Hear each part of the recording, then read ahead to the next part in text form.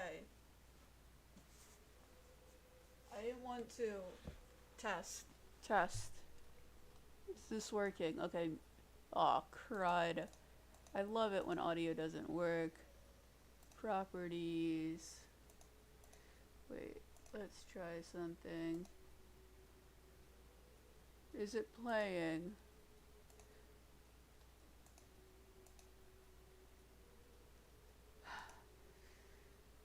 Time to... Okay, I will get this working. It was working before and now it's not. Shoot. Okay, so it's not here.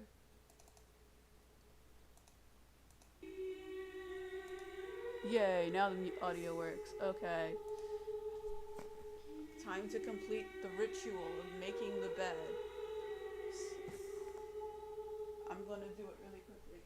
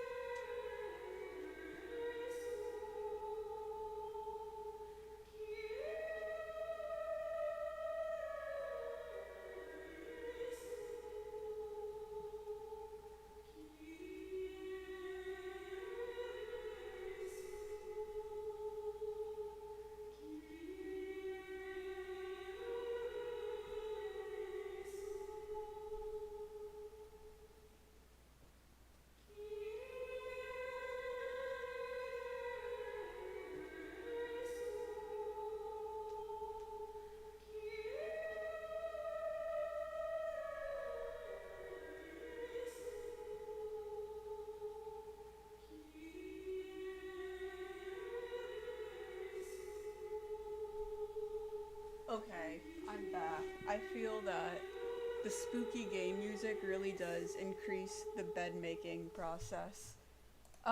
Okay. So apparently I started this game. I don't remember starting it, but I did, according to this. So I have no idea how far into it I am. But we're about to find out. Apparently 2.5%. Let's go. Yeah, I don't remember who this lad is. I feel like I don't know if I started this on stream or not, but whatever. We got this little lad. He's just a guy. Let's see if there's like a story so far. Dual setup system. What is that?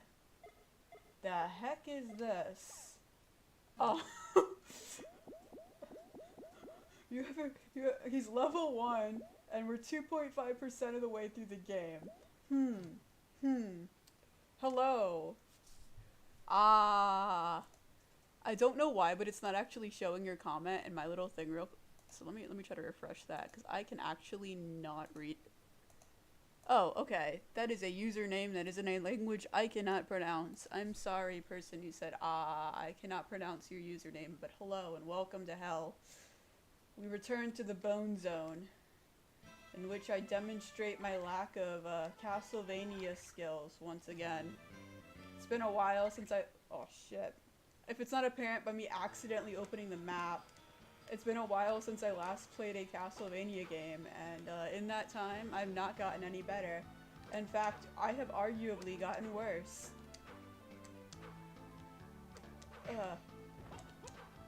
Okay, so this guy here. There we go. He's dead now. I did it. I defeated him. This is okay. I don't know what the plot of this. Okay. I do remember the plot of this game. So thus far, prior to me starting it up, a summary is the character I'm currently playing as, whose name escapes me, Nathan. We got good old Nate here. Nate. Why am I putting? Everything's mirrored. I'm sorry. So Nate here, he and his friend, whose name also escapes me. I'm just gonna call him Kyle because that's my default white boy name.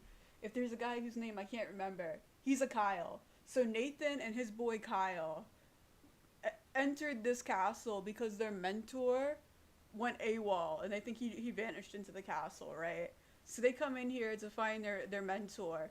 The mentor is actually Kyle's dad. Kyle's dad falls into a pit because Dracula pulls his shit. You know the shit that Dracula does when he has like the booby trapped and whatever. Yeah, so Kyle's dad, who's Nathan's mentor, falls into this castle, right? And Kyle's like, no, I must go after him. Nathan, this doesn't affect you. Go home. And Nathan's like, you know what? No, it does affect me. I'm staying right here. And Kyle's like, you know what, Nathan? Screw you. He's not your dad. He's my dad. I don't care if he's your father figure. He's my father. And Nathan's like, well, that's really mean of you. I am just as attached to this guy as you are. And Kyle's like, whatever. And he runs off. And Nathan's now trapped in this castle by himself because Kyle decided to go be a hero and told Nathan that his attachment to his father is invalid, which is not a cool thing to tell somebody. So that is the plot of this game thus far. We are 2.6% of the way in. Let's go. And I keep activating the map. I'm sorry.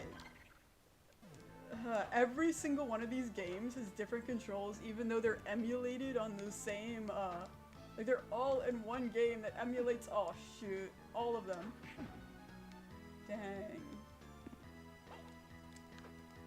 Okay. So,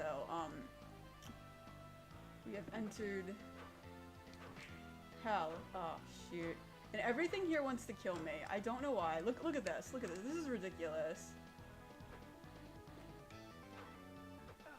But at least the music's popping. This is the iconic Castlevania music I've come to recognize. Oh, shoot. Yeah, we're level 1, baby. Let's go. I'm ready for more of Nathan and Kyle's drama. Shit. Okay. Yeah, so Nathan is not having a good day. I don't know if it's because I'm the person controlling him or if he's just genuinely this bad. And I don't- oh, whoa. I found some shoes. Dash boots. Let's see what the dash boots do. Double tap forward to perform a dash move. Okay. Oh, cool. Now I can run. Yay. Oh shit, these bats are like on me. Damn it.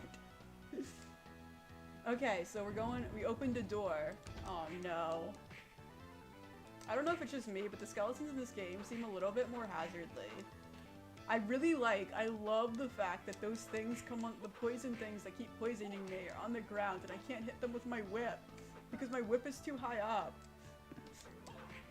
I'm too powerful. I'm too tall. This universe is not made for tall people like Nathan. They're made for short people like me. And unfortunately, oh shit, I'm damn it. Damn it. We did it. We got the time. Okay. So we've established that I still suck. I'm still not great at the game, which is really cool because at least some things are consistent. I like knowing that when all else fails, I will still be terrible at Castlevania. Let's proceed. There's no strat, just skill, and unfortunately in a game of just skill, I don't succeed.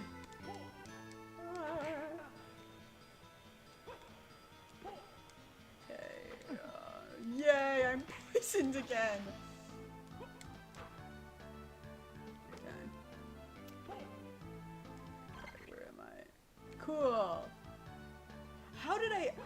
somehow wound up into a completely different room. I don't mean to activate the map like that. It just happens. These things keep happening. And I don't know how to prevent them. Okay. Looks like I'm not tall enough. So there's something in this game that Nathan's not tall enough for. He might not be short enough to hit things on the ground with his whip, but he's definitely tall enough. Oh shit.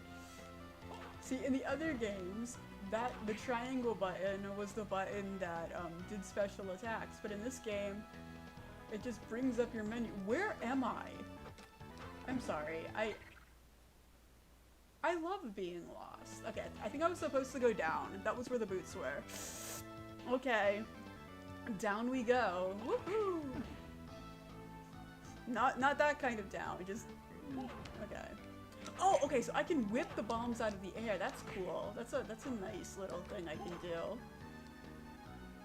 So far, out of all of the Castlevania games I've played, which has been like, what, 3 or 4, I do have to say that Nathan here has the least amount of drip.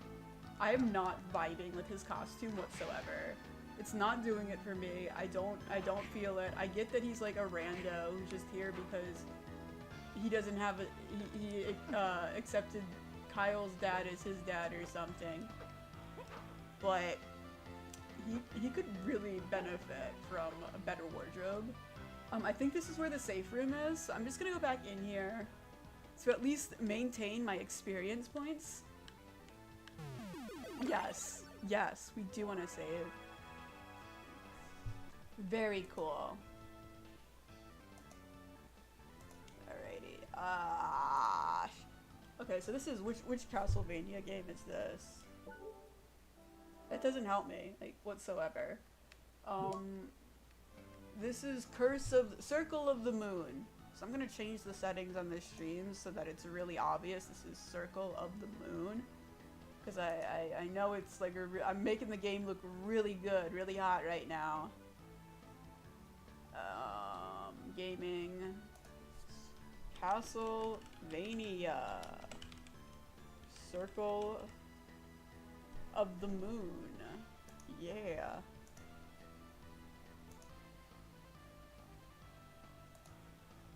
And I will change that because I will change that in the stream itself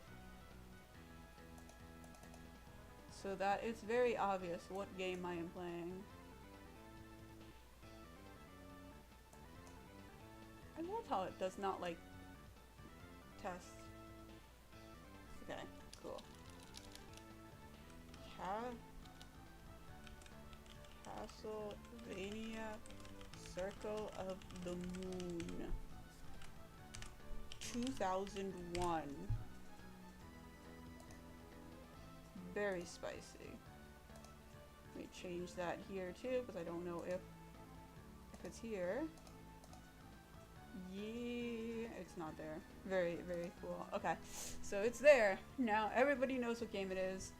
Why are these gifts so big? Why did I do that? I don't know. I threw them in here thinking, they're huge. I don't know what it is about like Streamlabs. I make a template and you apparently have to edit it on every single like thing, and it's so if you want to add an element on all of your little what are they called, scenes that you create, you have to do them like individually instead of them being automatically added to all of them, which I guess is nice, but at the same time it's a little, I like being able to copy and paste and you can't do that in this program, so whatever. Anyway, back to the game. We have returned to the Bone Zone. Nathan is on his typical, I do like his walk motion. I will say that he has a very like, he has that swagger. He walks with the confidence of a man who actually is dressed well, even though he looks like crap. So I will give him that. Nathan definitely has some undeserved confidence, and I'm here for it. He has no drip, but all the confidence of a man with a lot of drip, is what I'm trying to say. But I feel like I'm overdressed for this. Like, I dressed up thinking we'd have some really suave looking pro tag, and we just got Nathan. Do you know how many Nathans I went to school with? too many.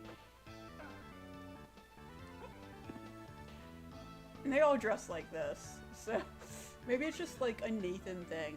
The people who made this game knew what they were getting into. Okay, so what if I just... Okay, so apparently I can go fast. There we go. I'm gonna go back to the save room. I'm gonna play it safe, which is something I'm not great at. I save before immediately getting hit. Very cute. Let's go, Nathan. Let's go, Nathan. Nathan, please. Nathan, my boy, Nathaniel, what are you doing? I went the wrong way. Very cute. Nathan, come on. I'm trying to remember his name because I know I found out after the fact, after playing Harmony of Dissonance or whatever game, the other game I was playing, that the guy I was calling Justin was not named Justin. His name was Just. Just. And I apparently was calling him the wrong name for the entirety of my stream. So I'm trying not to, like, give Nathan here the wrong name. I'm acknowledging that his name is Nathan. Is it a great name? Yay, we leveled up. Woohoo! Not really, it's not a great name. But it's his name, and his creators gave him that name with a lot of, probably a lot of passion, and it'd be mean of me to call him something silly. I will call his friend Kyle, because for the life of me, I don't remember what his friend's name was, and his friend doesn't have a name in the menu that I can just access and look up. So his friend, until given a better name, is just going to be called Kyle. That is my default name. Okay. We've got the bats. One would think that I could figure out how to jump. I can't. So back in this room. This is getting... Wait, no, I went through... Oh, gosh darn it.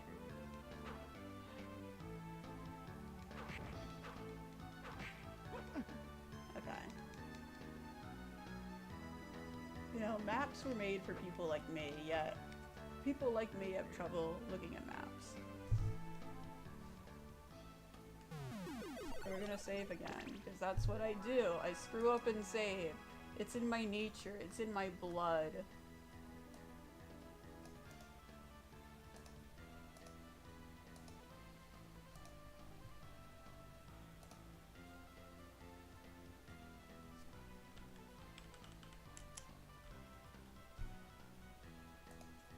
Sorry, someone just sent me a picture of John, and it was a really precious picture.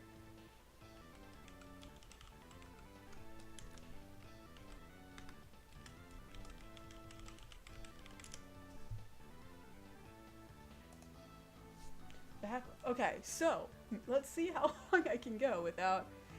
Hello, Leon. Greetings. Welcome to the Bone Zone. Okay. Alright, so what I want to do is go down.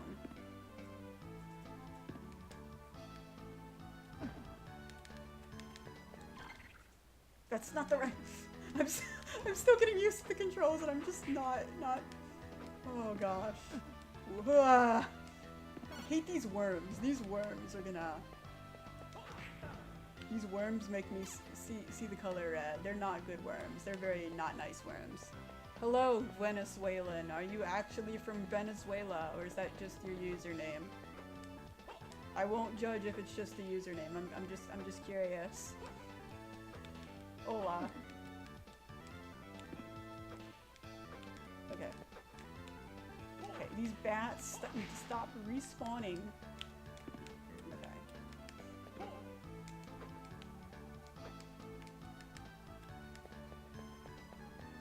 No, I don't want to go in here. This is where the thing killed me. No, I don't want to be in there.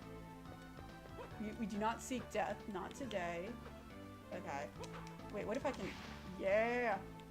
My whip actually does a fair amount of damage. So that's nice.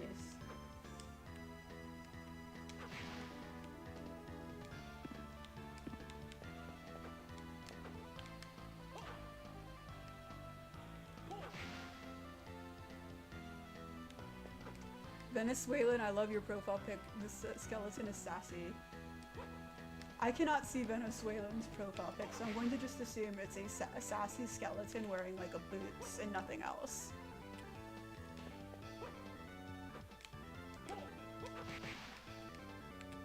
Ah! No! That's... Okay. What is... No. No. Not another one of these rooms. I feel like there's a puzzle or something, but this might just be like a Metroidvania thing where you need to have an item to open the door, and I'm just... don't... I guess I have no choice but to go into that area that previously killed me. Let's go. These worms. These poison worms. I hate them.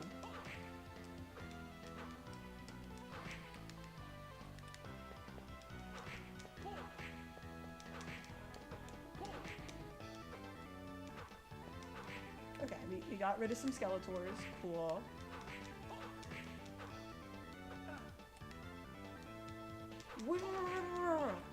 Okay. No, I won't die.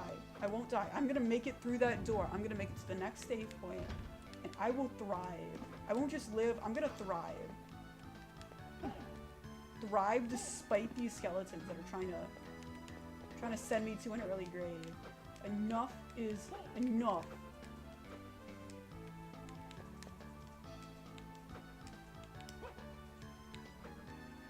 I will thrive out of spite. Let's go. Ugh. Wait. Ooh, nope. No can do. Okay, do I have an item? I have no items. Wait, yes I do have an item. Yay. Use. Antidote. Cures poison status. Well, that would have been useful a while ago.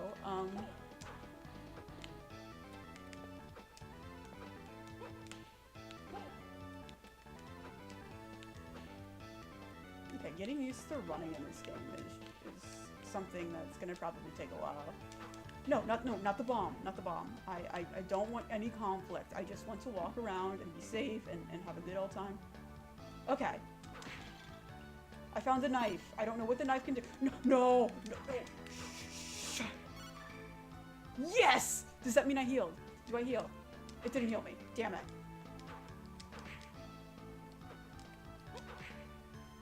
Okay, let's leave because the spirits and I are not getting along.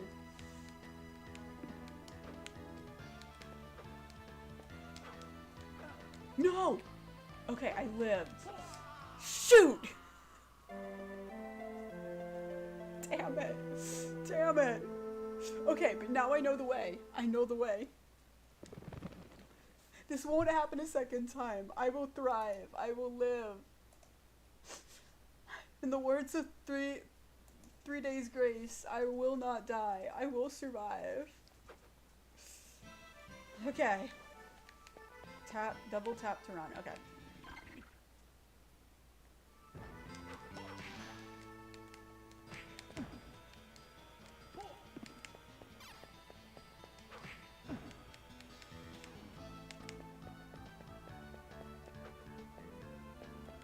Wrong door.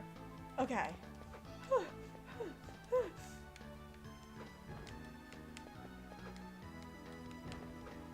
And just... I went the wrong way. Once again, we're going the wrong way. One would think, since I keep dying in the same spot, and have to redo the same area, that I would know where the exit is by now. But that wouldn't be the case. Okay, so we're going back into the save room. We're gonna save, yeah, because I like being saved. Thanks, Jesus. And down we go. So I think it's here. And then over. Woo! Yay! Thank you. I hope I can do this. Hopefully, I got further last time than I had before, so maybe that's a sign that something's gonna go right.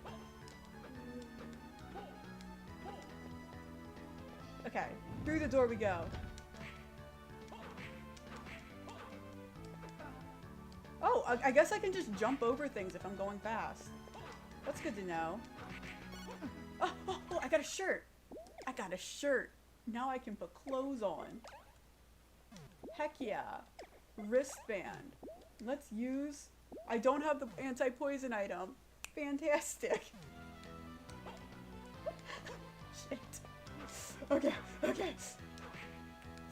I am a real gamer. I have gamed once and I will game again. Okay. List. Run. Shoot. No matter how fast I run, I can't outrun. Okay, what's over here? This is where I just came from. Fabulous! Okay. Okay, so let me try to remember how to dash. Ooh. Okay,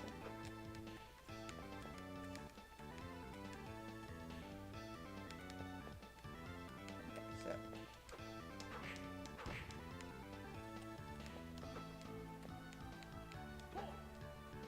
It's very difficult to dash in this game. Like, I don't think this game was made for joysticks.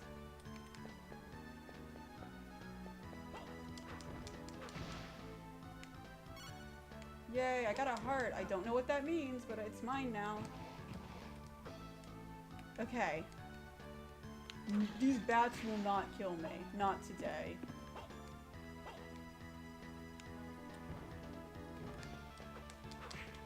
Okay.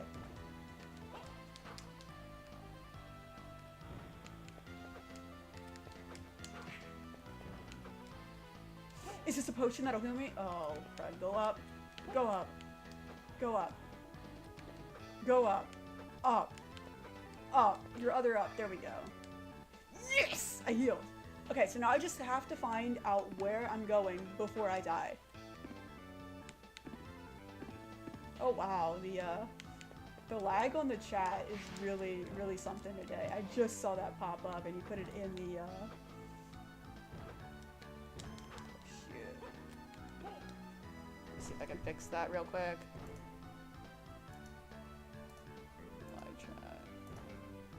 Fresh. There we go. Maybe. Okay. Onwards.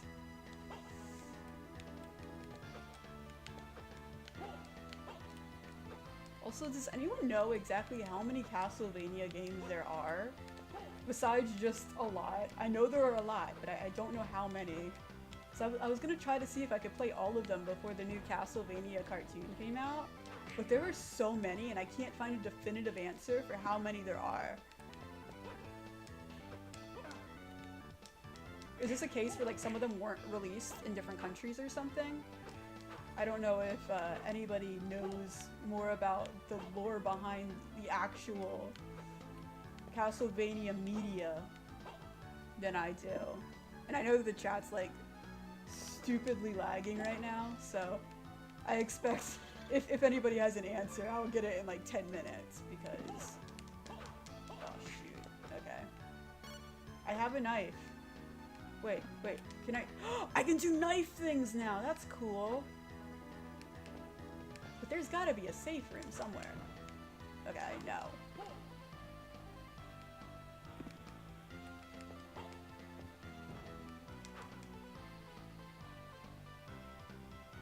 It says over 30. Found a safe room. Over 30. Okay. Okay, like over 30.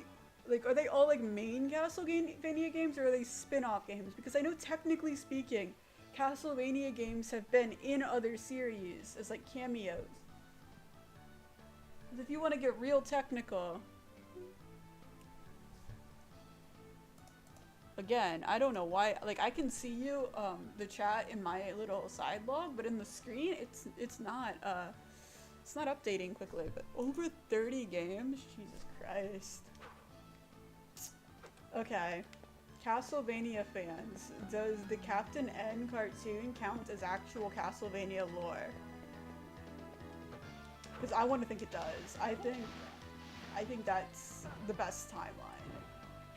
Is where you, okay, so I've already been in this room. Very cool. All these rooms are starting to look the same. Maybe I should just go up.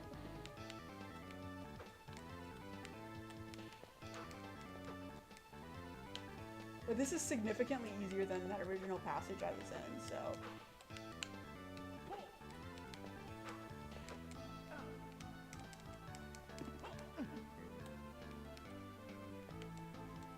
Over 30 Castlevania games. I'm guessing they're the main Castlevania games along with the side Castlevania games. No cameo ones included. Darn it, that's so many. Okay, but what about does that include the fighting the fighting game? The one that was made by the guy who, or not made, where the character designs were designed by the same artist that did Death Note? And, Simon Belmont just looks like Light Yagami, but buff. Okay, that one, the one with Soma Cruz is actually in my collection, and I have mostly played that one. It's in the same collection that this, like, emulation collection that this game's in. Where Alucard's just the English version of himself. By English, I mean, like, instead of his name being Alucard, it's Aracardo. Because of course it is. Because that's how you disguise yourself. You just pronounce your name with a Japanese accent. It's for the Wii. There's apparently another Castlevania game that's like a collab game, so it has all of the protagonists from all the previous games, and you can play as them all. And they all have different mechanics, and apparently Soma Cruz is broken in it. Again, I haven't played it, I've just heard about it from a friend who has played it. Oh yeah, I can do magic with, how do I knife? Okay, so it's up plus circle is how I throw knives.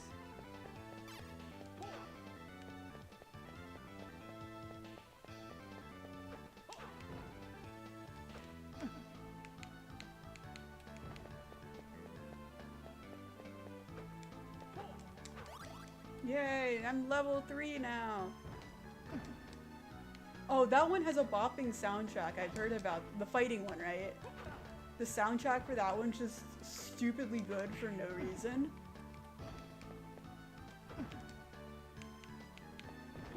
I will say that so far out of the ones that I've played, at least on stream, this one definitely has the best soundtrack. I really am vibing with all the music. Okay, if that skeleton with a bomb just stopped, that'd be cool. That'd be cute if he just stopped. Or if I could hit him. There we go.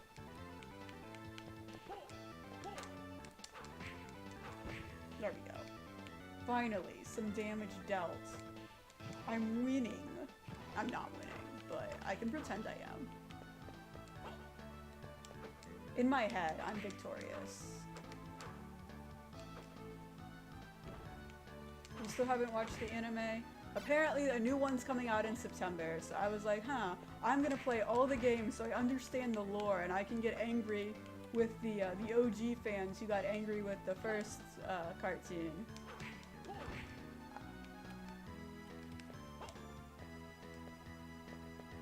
I'm just upset that Alucard only turned into a bat once in the cartoon, and it wasn't a bat, it was a swarm of bats. And I was so upset, because like, he could have been like a whole, like one giant bat. That would have made my whole day. But no, he was a bunch of bats. And it wasn't even like a noteworthy scene. Like when he turned into a wolf in the first season of the cartoon, that was definitely, like, you could note that he was a wolf, that he became a wolf boy.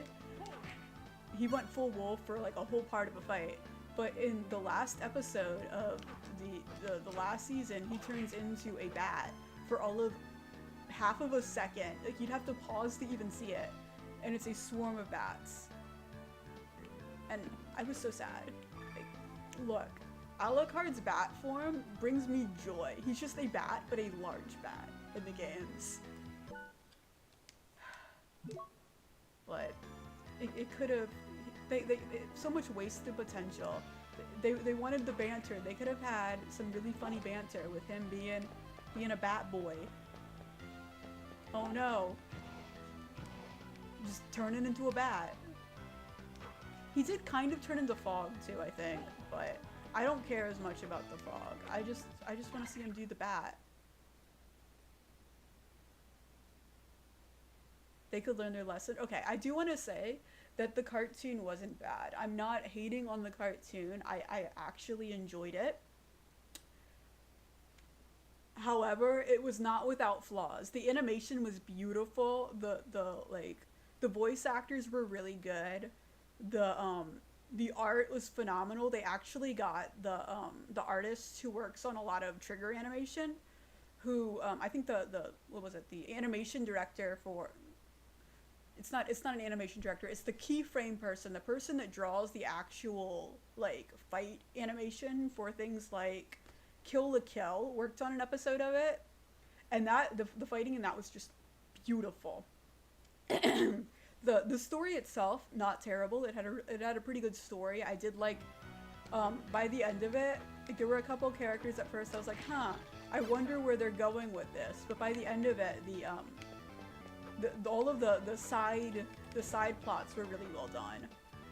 My biggest issue with it was some of the dialogue was just god awful, and I cannot stress how god awful some of the dialogue was. I wish, and again, I'm not like a American cartoon person. I'm not saying I have anything against American cartoons or the idea of a cartoon being American. I'm like not like an anime supremacist or something. But an issue that I have with a lot of adult cartoons that are made in America is they tend to have just so much profanity unwarranted. And it feels like the target audience isn't like the people in their mid-20s, but like teenagers who just learned what the F word was. I've never been a fan of just swearing like if you've ever been to high school, which I'm assuming everybody has because this is an adult stream for adults, no children allowed. If you're under 18, do not interact with me. I'm not on the clock to babysit right now. But I just like when like teenagers first learn how to swear, they think they're the top shit. And they just start shitting and fucking and saying their snotty words every other word. They'll just like, they use the F word like it's a filler word, and it just grates my gears. Also, I hate how Western adult animations always choose the ugliest art styles too. That is one of the reasons why I just straight up, regardless of how good the plots are or whatever, I cannot bring myself to watch most adult cartoons. Like Rick and Morty, I dislike that show for other reasons besides the art, but the art style for that show, what's it called? Inside Job, that I've heard was really good. I tried to watch it, and the art was just so off-putting. Like, you can do an adult cartoon and have art that looks pretty. It feels like all of the art that they're going for is like that newspaper caricature art style, which isn't really the nicest. Like, you can do like a fun cartoony art style for an adult content without making it seem juvenile and almost condescending to the people watching it. Like, I know this is anime, but I kind of almost want to consider Panty and Stocking with Garter Belt a cartoon, because it has so many cartoon references and so much American humor that I don't think most of the Japanese audience knew what the heck High School Musical was. And they had a High School Musical parody episode, so... But I would consider Panty and Stocking with Garter Belt an adult cartoon, even though it's anime, but like the art style, like... I know everybody here knows what I'm talking about, but I'm just gonna pull it up for the rare people who don't. Like this is a definitely a cartoon looking art style. It's fun, it's got a lot going on with it without it feeling like really juvenile and condescending and just ugly to look like. This art style, oh, this is the wrong show. This art style, not a great art style.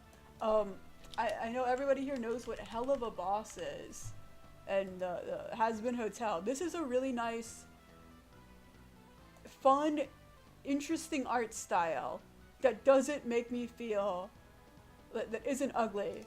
So you can have an adult cartoon with a fun art style that's still an adult cartoon. It doesn't look like Family Guy. You know what I'm saying? Okay, I'm done ranting. I'm done with my rant. But it's like you're watching a show that's constantly trying to remind you that it's an adult animation for adults, which gives off that teenage that just learn curse words. Yeah.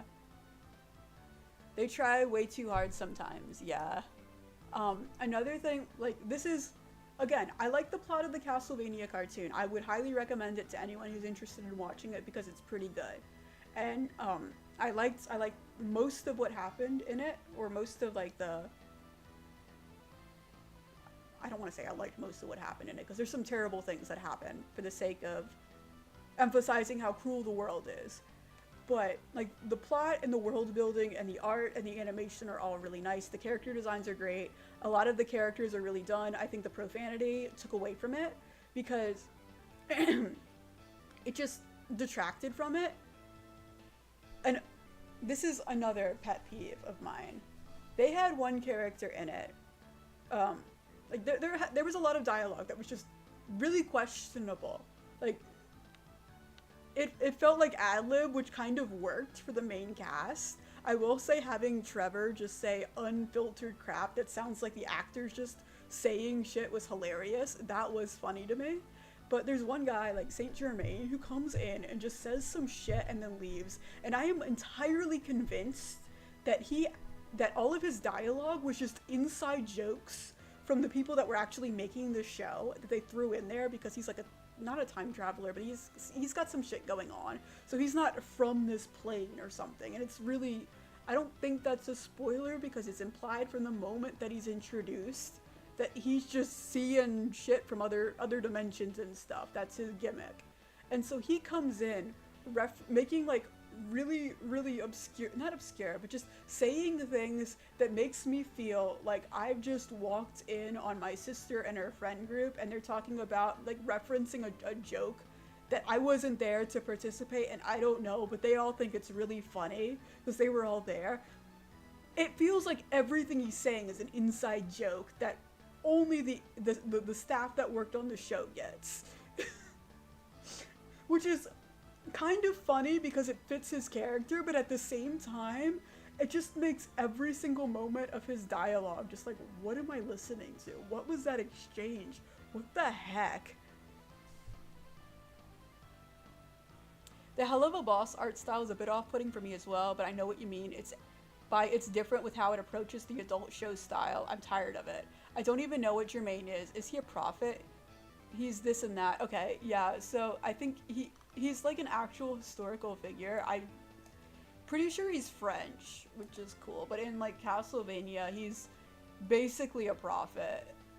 And so he's not like operating on the same wavelength as everybody else. So the joke is he's just saying things that nobody else understands. Which you can do that and play it off well without it being like I wish I could tell every adult show producer they're allowed to have an aesthetically pleasing style, please. I agree. I do feel like a lot of adult show producers feel that if they make their show to aesthetically pleasing, it'll leave the target audience and become something that children will want to watch. And I understand that if you're working on something and you put a lot of effort into it and you're trying to make it not something for kids, the idea of having kids into your fan base and watching your media is not a good feeling. You really don't want that, especially if it's got a plot or messages that you put a lot of effort into. Like, I forever feel sympathy for the people that made Danganronpa, because that fan base is nothing but 12-year-olds. And it shouldn't be. That is a series that was never intended to be for like 12-year-olds, but because the art and everything is just really poppin'.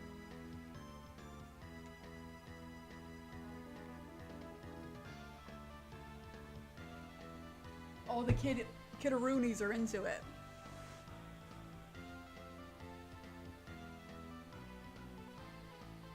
I watched the show when it finally came, and a friend started watching it and loved it.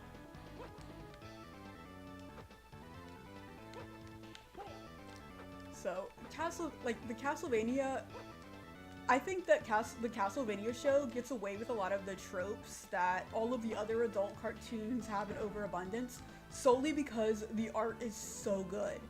So I feel like if other shows that had all of the F-bomb being dropped every 2 sentences, and all the other qualms I have with adult cartoons had a pretty art style like the Castlevania show, it would be so much more, so much easier for me to, not easier, I would be more inclined to watch adult targeted cartoons. Speaking of, have any of you seen the Velma cartoon?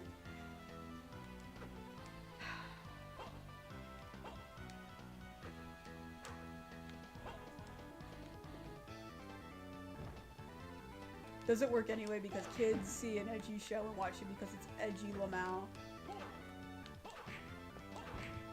Yeah, I feel that at that point it's. I get that. I feel that the people who make the show aren't responsible for the children who watch it. That is entirely on the parents. Like, unless you're doing something like. Okay, I will say that that things like FNAF have kind of been targeted towards children when they really shouldn't be. But I don't think series like Has Been Hotel, Hell of a Boss were targeted towards children. And that's an example of a series with a fun art style, definitely an adult cartoon, that proves that you can have a popular adult cartoon with a fun art style without having an entirely child fan base.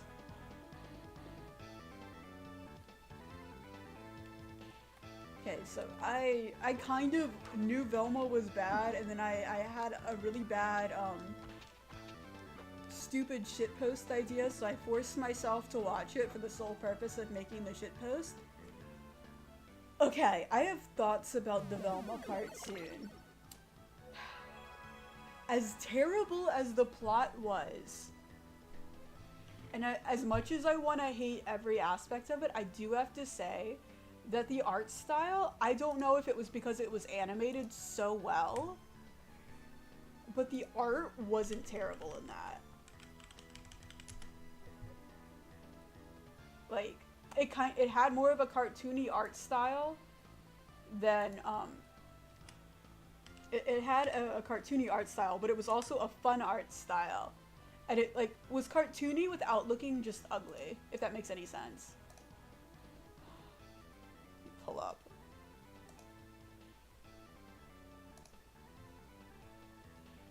God damn it, now I gotta show you guys the Velma card. Okay, so, like, look at this. This is not, like, this is actually, like, a pretty nice art.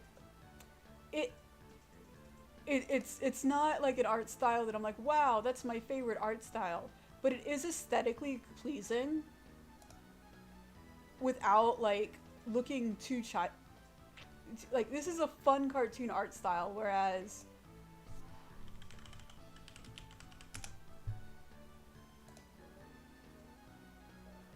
this art style brings me pain. Maybe it's because their eyes are all circular. I don't know how to word it.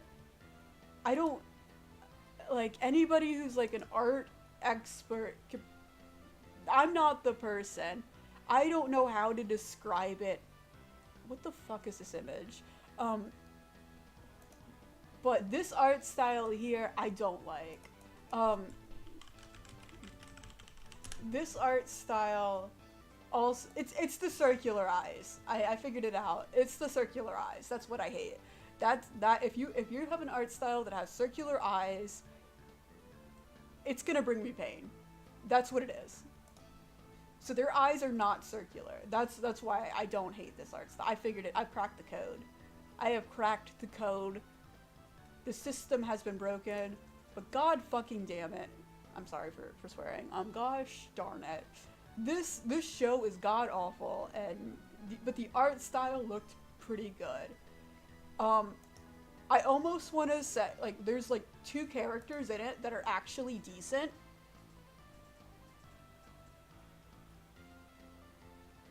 Also, you mentioned Rick and Morty when you said it's other issues. I immediately thought of all the incest jokes, and it's concerning. Oh god, it has incest jokes? I was unaware of that. I have been forced to watch a few episodes of it because my sister and her fiance are big fans of Rick and Morty, and so they'll just watch it in the living room, and I will be forced to endure. My primary issue with Rick and Morty, and again, I have not seen the whole thing, so maybe it changes, maybe this is like a season 1 thing that they fix later on, I don't know. But of what I've seen, my biggest issue with it is I freaking hate, I have a bunch of issues with it, but one thing that really grinds my gear, look, I've never seen Family Guy, I'm dissing on the art style, not the show itself. So maybe the show has some good jokes. I don't know. I've never seen it, but the art style is so off-putting that I never will watch it. Okay, so Rick and Morty has a thing called bully humor. I hate bully humor. I'm okay with a joke at somebody's expense if it's like an actually well thought out joke. Not you're ugly and stupid, your thoughts are invalid. That seems like such a low hanging fruit. It's such, that's not funny to me. Like, it would be funnier if you're going to insult someone based on their appearance, which is already a joke that tends to not be a good one. Like, if you're insulting someone based on their appearance and you're putting it in a cartoon meant for adults where adults are supposed to laugh, put some effort in. Don't just say, you're ugly, you're fat, you're too skinny, you're whatever. That's so basic. Go, if you want to insult someone on appearance, go with like, I don't know.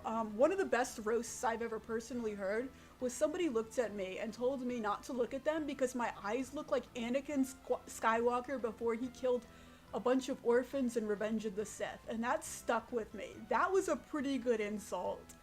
And that made me... that's hilarious to me. So if you're going to insult somebody like based on something that's really easy to insult them, put some effort in. You know what I'm saying? Like if you're gonna like bully roasting is fine, but like make the roast so creative that even the person being insulted can laugh. Like most of Rick and Morty's humor just makes me feel bad for everyone Rick has to interact with because he's such a terrible person. Like, another thing that I really hate about Rick and Morty, again, might have been fixed, I don't know, I've only seen a handful of random episodes with my sister. Um,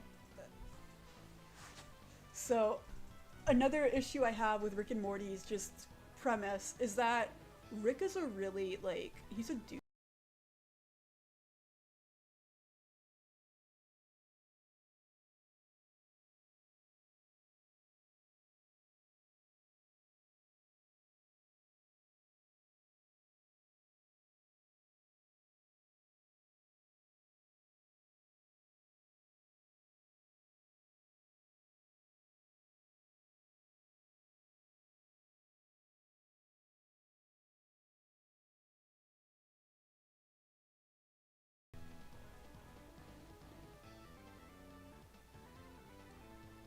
Look, I have a very high IQ. I'm allowed to diss Rick and Morty if I want to, and I'm coming after it.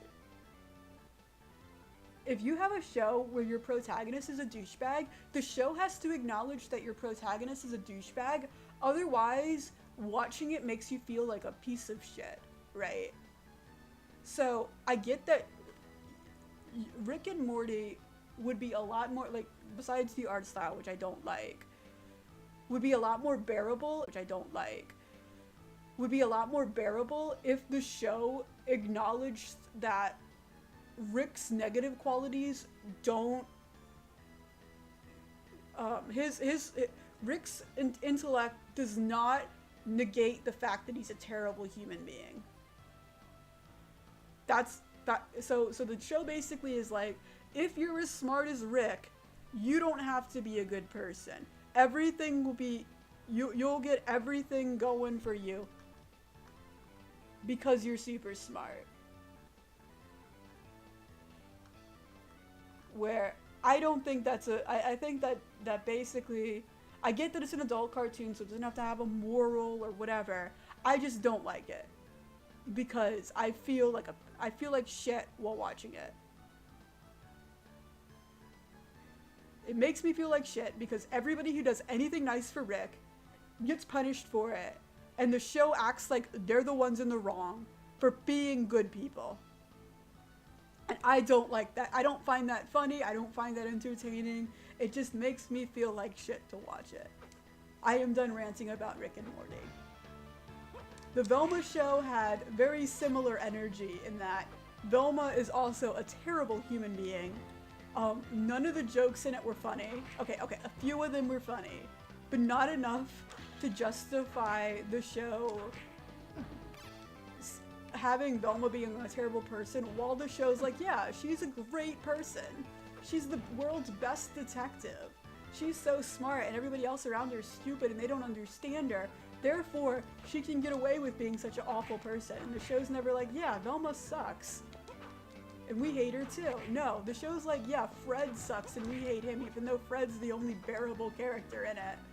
So I would almost say watch the show for Fred, but it's really not worth it because the show hates Fred so much because he's a white male that's rich. And I wish I was exaggerating. I'm not. The show hates Fred because he's a white male that's rich. They like blatantly state it multiple times that Fred is a rich white boy. Therefore, we should all hate him, even though he's the only character in it that makes an effort to be a good person. He learns from his mistakes. He's pretty wholesome in a kind of fucked up, I'm surrounded by awful people kind of way. I'm lost. Cool. Anyway, I'm done ranting about adult cartoons. The amount of consequences that man faces is almost zero. Yeah.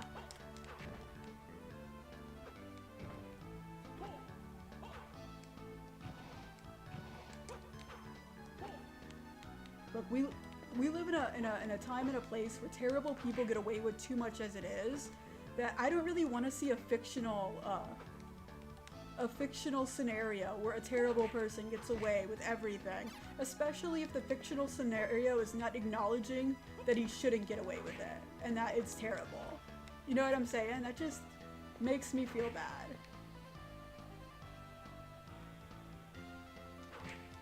I like anti-heroes, but making your main character straight up unlikable isn't the move.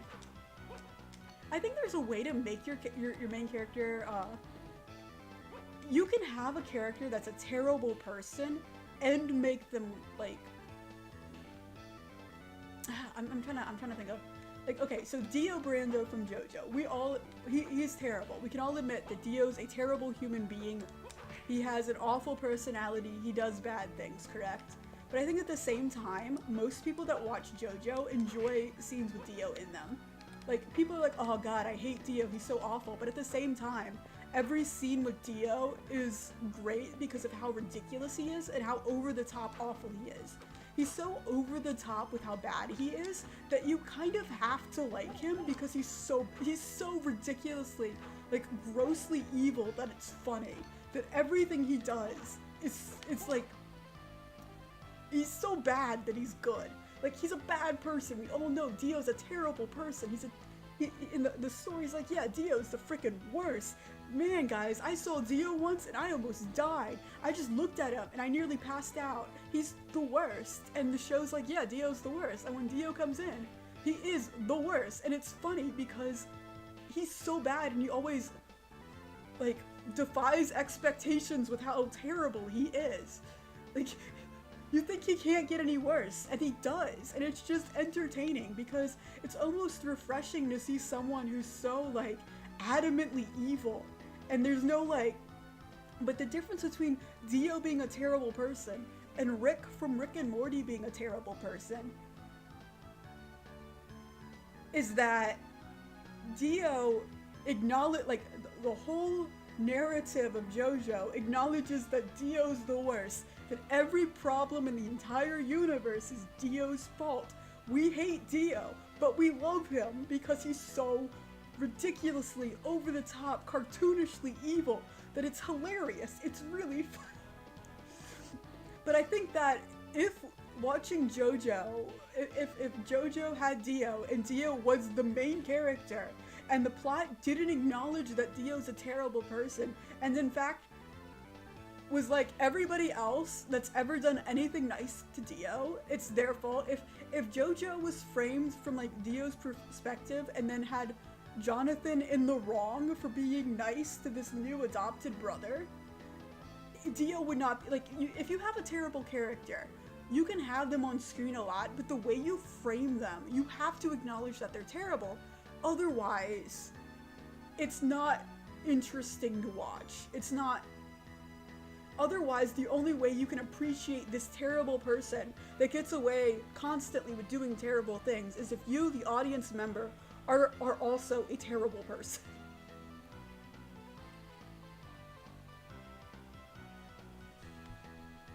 Ah, God. Oh, Jesus, fuck. All of those. Dio is fudging deranged. It's not even funny. Most of my favorite characters are morally gray. Did I miss you talking about Angela Anaconda? I actually have no idea what Angela Anaconda is, so please enlighten me. Dio is fudging deranged. It's not even funny. Okay. Dio is... He's an awful... Like, we all know he's awful, right? But it kind of is funny. Like, you might not think it's funny, but like, even if you don't think Dio's funny, it is entertaining to see what's getting to him come, right? It's not like, by disliking Dio, this awful character, you can't enjoy JoJo's Bizarre Adventure. Not good characters and... Wait, I never finished JoJo, but Dio was a good character even though he's straight up an asshole. Not a good character as in morally good, but as good as in well written. Yeah. Yeah, and the only way that Dio works, Dio wouldn't work if he was anything but the bad guy. Hell, he probably wouldn't, like, if Dio was the villain, or, I'm sorry, if, instead of Jonathan being the protagonist in part 1, if Joseph was the protagonist, I don't think Dio would have worked nearly as well.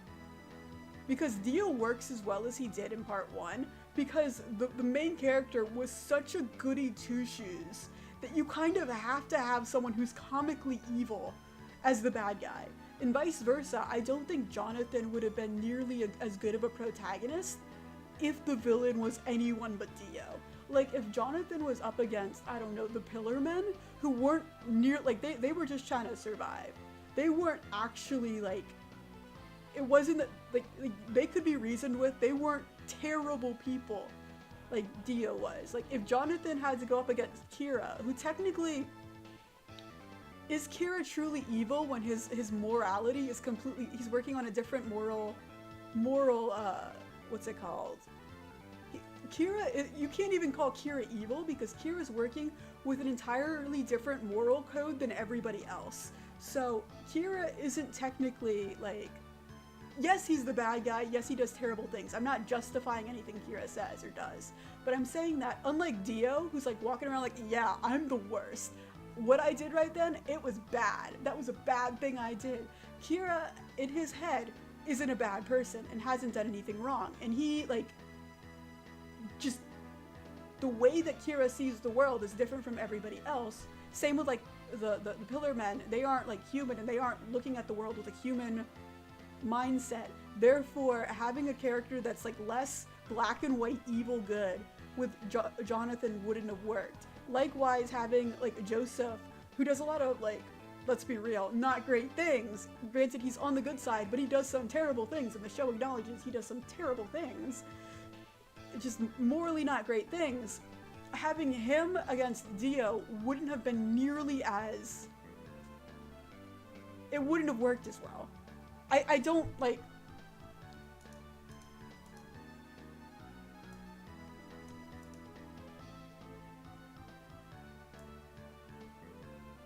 I'm gonna try to stop ranting.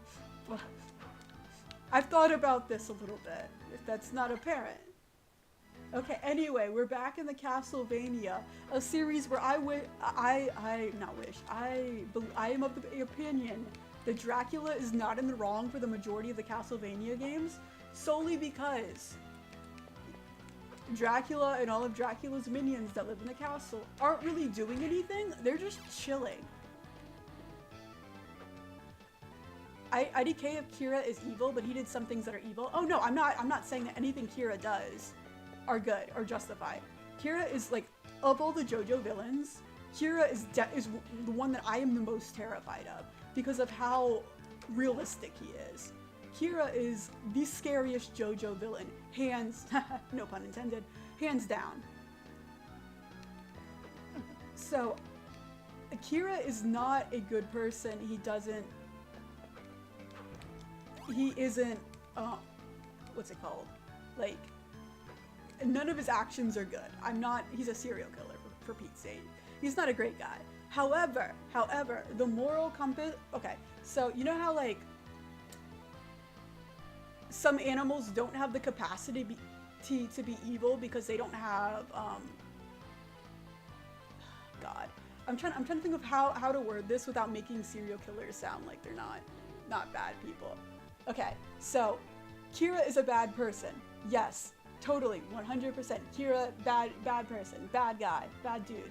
However, I don't think you can say Kira is evil because, okay, so like you and we're all like murder equal wrong, murder bad.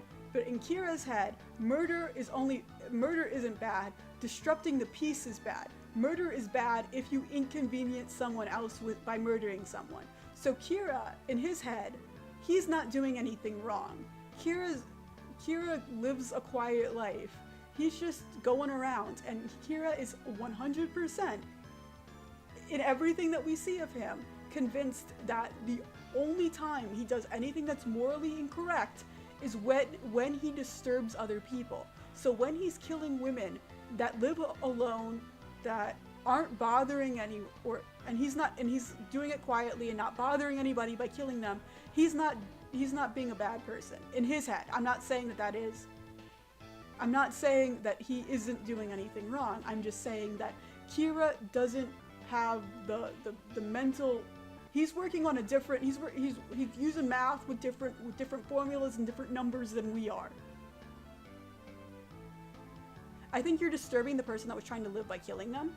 Oh no, I'm not justifying murder whatsoever. I'm just explaining the character in Kira's head, which is not the way I think, which is not the way anybody who should be allowed to walk the streets freely should think.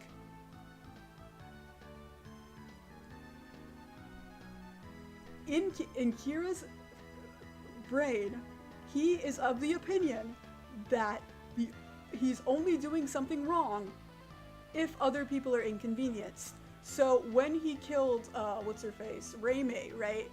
He didn't think, to him, the killing of Raimi wasn't the bad thing. The bad thing was not knowing that she was babysitting someone who was in the house, not knowing that there was a dog there that barked and made a lot of noise and disturbed the neighbors, right? So to him, that incident was bad, not because someone died, but because the peace was disturbed. I'm trying to, again, I don't know how many times I have to say this. I don't justify murder. Please don't go out and kill people. Don't do drugs. Don't do murder. They're not good. And I also like, I like Kira as a character, but God, is he the most terrifying villain that I have ever come across.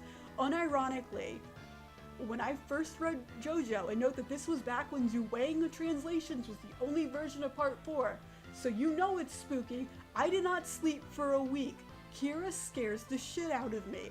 I would not be defending or whatever this character if it was a real person. Kira is a fake character, and I'm just explaining that when you're writing someone who does shitty things, the murder disclaimer lol, that Kira is like, he's, don't cancel me please. Look, Kira's one of my favorite characters, but he's also the character that I have had the most nightmares about. I like, as a female, Kira is fucking terrifying. People that kill people are like, that, like, especially like, what makes Kira scary isn't the fact that he's evil, it's the fact that, it's the fact that he, in his brain, he's not evil. That's what makes him scarier to me. Not the Duwang gang. I want to read those so badly. No, you don't. No, you don't. You do not want to read the Duwang translations. You don't. You don't. It's awful. Look, you new JoJo fans don't know how good you have it. Like, I'm trying not to sound pretentious without sounding like I know I sound pretentious, but back in my day, the only translation of Part 4 we had was Duwang.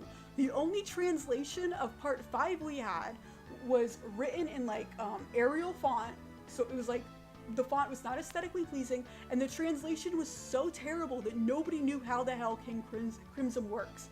I get that now people are like, yeah, it's a joke, nobody gets King Crimson. No, the reason nobody understood how King Crimson works was because the translation was so god-awful. Duwang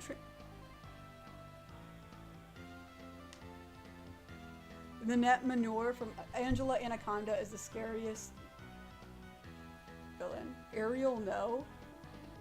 Wait, what's going on? Like Ariel, like the Little Mermaid, but with an A in it. That font. At least not. Actually, some parts of it were in Comic Sans. They used Arial Times New Roman in Comic Sans for it. That's I might have screenshots of it. It was a different time, and I cannot stress how fortunate you new JoJo fans are to not have to read like, okay, I'm not hating on fan translators. Fan translators do a general service to everybody by translating things that other people won't. Fan translators are the reason I was able to read JoJo at all back in 2012, and I thank them for their service. However, fan translators are fans, they are not getting paid, and so they aren't held up to the same standards as a professional translator would be. And they shouldn't be, because they are unpaid people who are just doing this for the fun. And a lot of the people that translated JoJo were people that didn't, like, usually when you have a translator, the translator who's translating something, the language that they are translating it to is their native language. So most people that translate like manga in English, Japanese is their second language and English is their first language. But when you have a lot of fan translators, a lot of them, their second or third language is English. So they aren't as familiar with the grammatical whatever ins and outs of English, because English is a stupid language. It's very difficult for non-native speakers, and I get that. English is kind of the worst language. It's so hard for people to learn, and mad respect to anyone who has learned English later in life, because I salute you. I could never learn this language, and I freaking speak it. But the translations, so when you have something like with a bunch of stand abilities that are very difficult to understand, even if they're being relayed to you by someone who speaks your language fluently,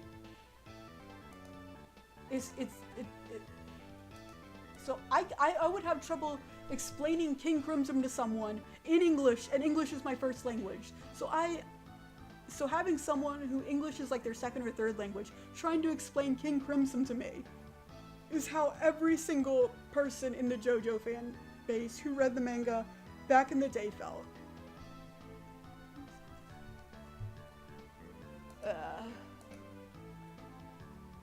Right, what, okay, I'll look up what Angela Anaconda is and why it used to give you nightmares. I swear to God, if this is a horror, I will be upset. I'm not gonna pull up my search thing. Oh dear God. Oh, I don't like this one bit. Jesus Christ. What the Yeah, I've seen bits of this. I'm not a fan. No. No. That's a note from me. That is a giant note. We are not, no, not okay. Not okay. I'm sorry, but no.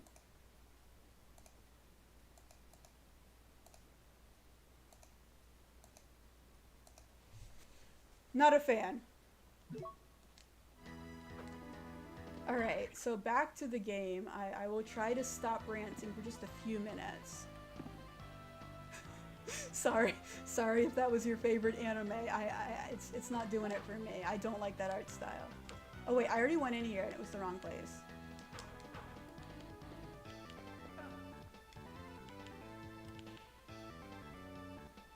I'm sorry for roasting your favorite anime. Actually, no, I'm not. It deserves to be roasted.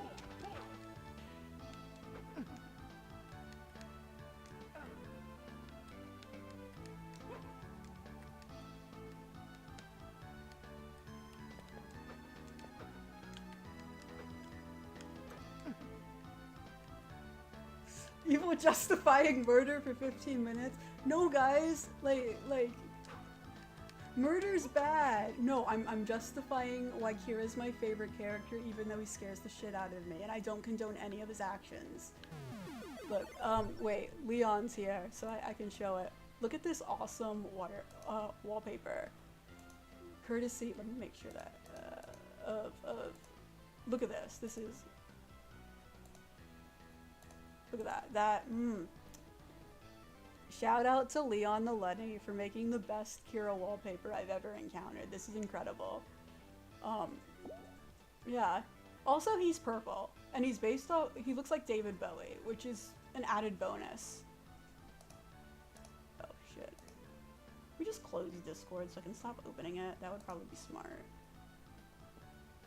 Burger's bad. Oh, speaking of Kira. Okay, wait.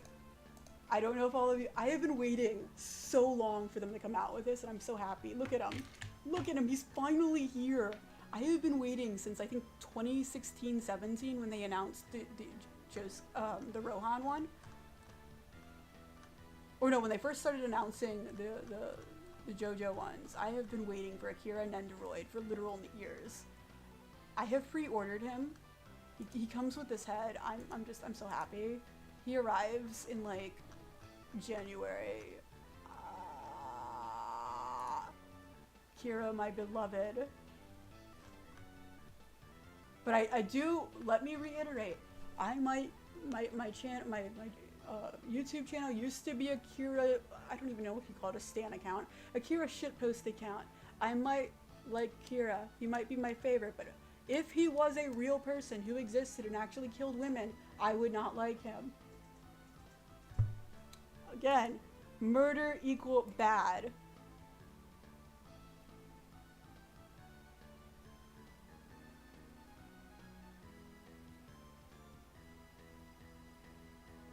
I liked him better after he had plastic surgery.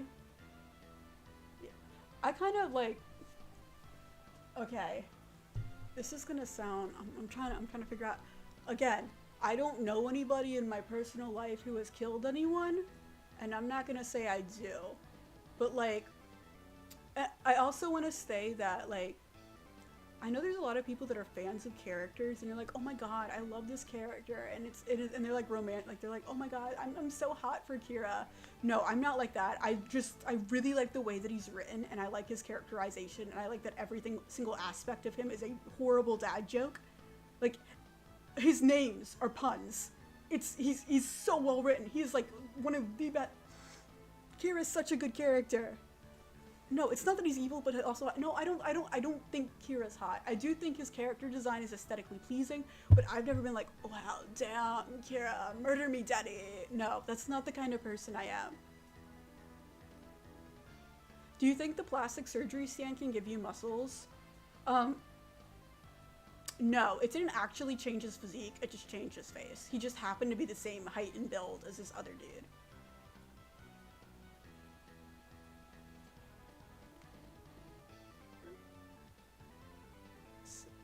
So yeah, so okay, while watching and experiencing part 4, at least the anime, it wasn't so much in the manga, I came to the realization that Kira pretending to be Kosaku just really acts like my dad. It's like, it feels almost like a work of satire paired. My dad's not a serial killer. I know I don't need to say that, but I'm gonna say it because I know some people are really stupid, and I don't want like a stupid person popping into my stream and hearing, oh, Evilicious just said that her dad killed. No. No. What?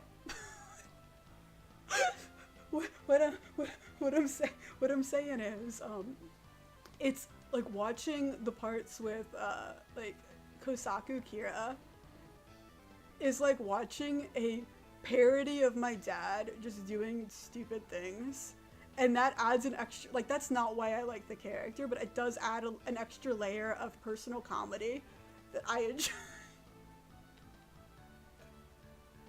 And just these really like awkward like social interactions. I see it, and it's funny. I just wonder if he was ripped before or not. Look, Kira's a single dude. He doesn't like, he does yoga. He's into fitness.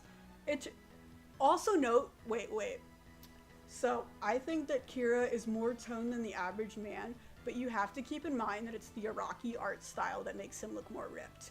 So it's not that Kira is like the studliest stud in muffin in the pot. He is probably, like, if you look at him compared to other JoJo characters, he's not the most ripped, but he is toned, which leads me to believe that he's a man in like a good physical shape. He is a fit man, but he is not like a bodybuilder man. That's just the JoJo art style, in my humble opinion.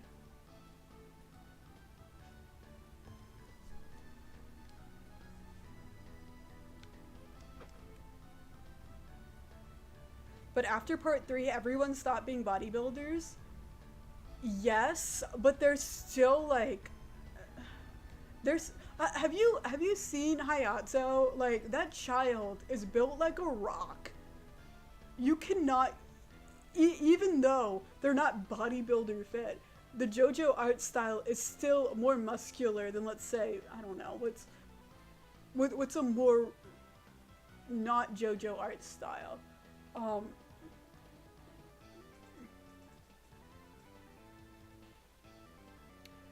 Like Araki isn't like other artists. He doesn't look at people as his whatever when he's like, he doesn't look like real pictures of people when he's drawing his characters. He looks at freaking Greek statues. Therefore, everyone is ripped. That is just, not everyone, but most of the characters are ripped. So if you look at an art style like, if Kira was in Full Metal Alchemist, he wouldn't be buff.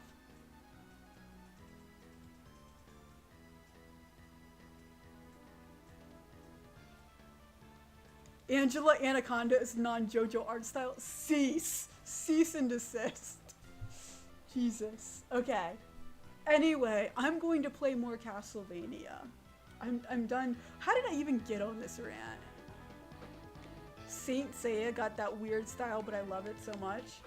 I have never seen Saint Seiya, but I recognize the art style. It's like, again, I've never seen it. I'm not judging the show. Maybe this is, so I'm probably completely off, but as someone who has not seen Saint Seiya, the art style looks like Greek, but 80s. So they're all wearing togas, but like something about the aesthetic of all of their togas reeks of 1980s. Like you could show me a picture of a toga, a person in a toga with like 80s hairband hair that's green or something and 6-inch heels, and I would be like, yeah, that's a Saint Seiya character.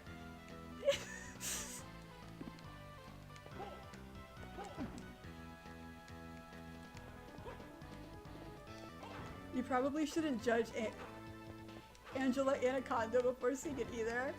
Okay. Look, I can judge art all I want. I'm not judging the story, but the art sucks. The art style is really unsettling. I don't like it. Fight me. Yes, I'm on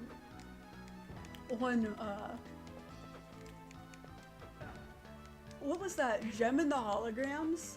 Okay, you know that show Gem in the Holograms? The like the 80s show. I think it was by Hasbro. Again, I haven't seen it either, but I have seen the outfits. You could, if they had an episode of that where they all had like a toga party and were dressing Greek or something and having a sleepover, and if somebody showed me a picture of like a screenshot of an episode like that and then showed me a screenshot from Saint Seiya, I probably wouldn't be able to tell the difference.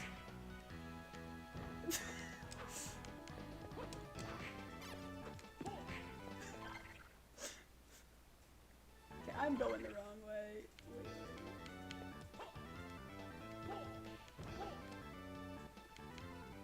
I've been meaning to watch Gem in the Holograms. I've looked up the images because I love the outfits they wear so much.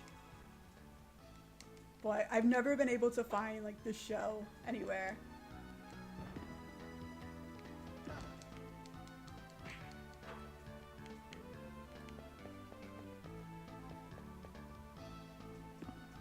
Angela Anaconda movie night, please?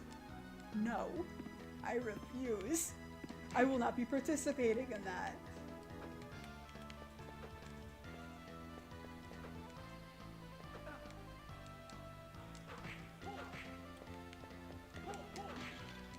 Okay, so we got some mummies going on here.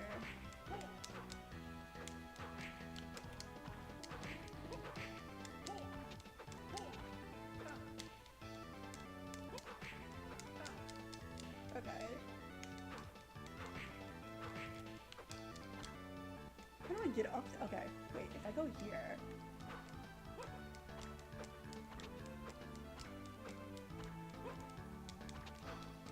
Oh no, they can climb stairs! Why can they do this? That's not fair.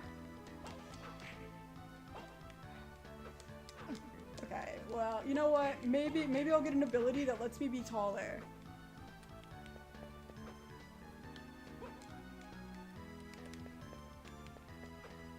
Well, I guess I'm stuck.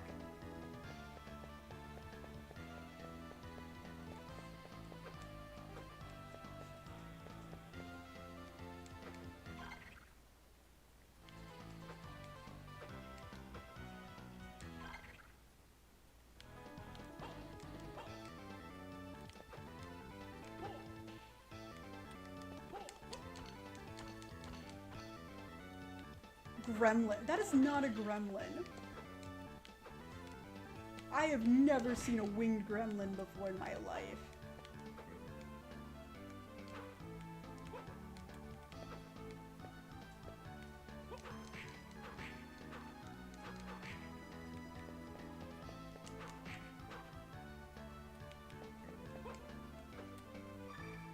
Yay! I have more magic, even though I have no magical abilities in this game. Woohoo!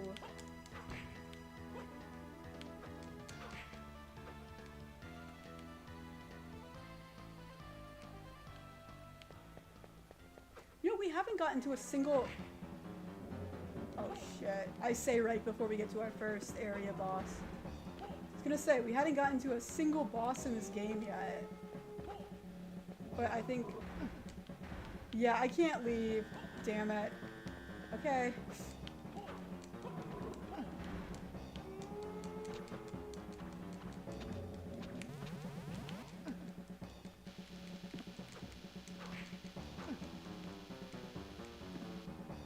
Do I have any items? Wow! Incredible!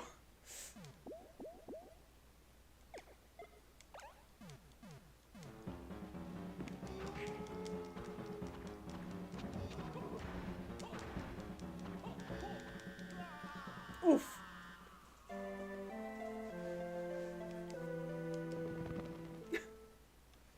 Alrighty.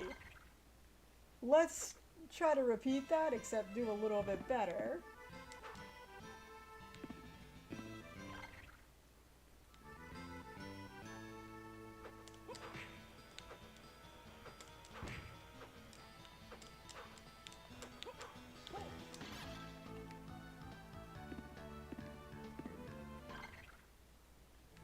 What is in this room? Part max increases. Very cool. I think this is the first Castlevania game I played where his whip, you have to get on top of things to reach a lot of like the things, elements, like like this, whatever these things are called, parts of the stage that you attack. You can't just attack them by standing. You have to get on something or jump.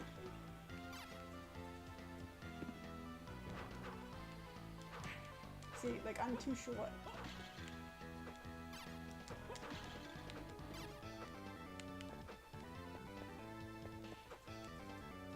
Okay, I've learned my lesson. I don't want to be in here.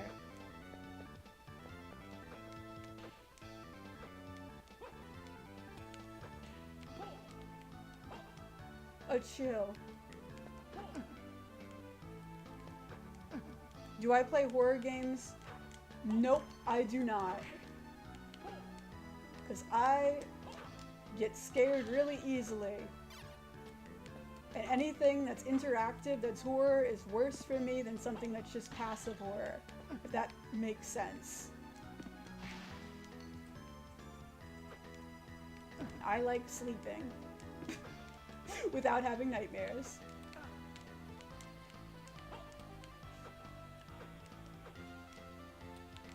I will do psychological horror things that don't have, that are just like thought-provoking without, what's it called, having blood, guts, gore, stuff like that. Please play Dead Space. I've heard of that one. If it's,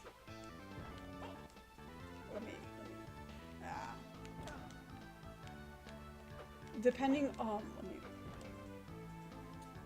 I am very, let me look up Dead Space. When it comes to like video games, I have a lot of special needs. God. And one of them is that if it's a game where it's first person and that you control the character's head and neck, I cannot play it. I will get motion sick. Like, I get really severely motion sick with just things that have rough cameras, especially if the higher the frame rate is, the more motion sick I get. I don't know why that is. Games where it's third person and you can slow the camera down, I'm fine with for a certain extent of time. But like any type of first person shooter, I cannot play without feeling severely sick. No, close out of this. Dead Space. So it's 2011, which means it probably doesn't have. So, oh, okay. So it's. No, okay, no. If it's jump scares, no way in hell.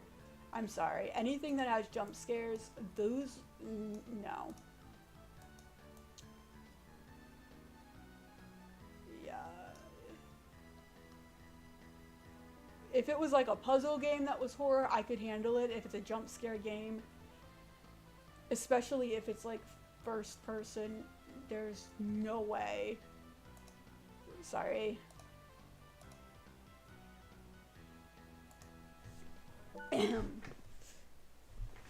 So it looks like it's jump scare, and that is me and jump scares are not a good mix. I apologize.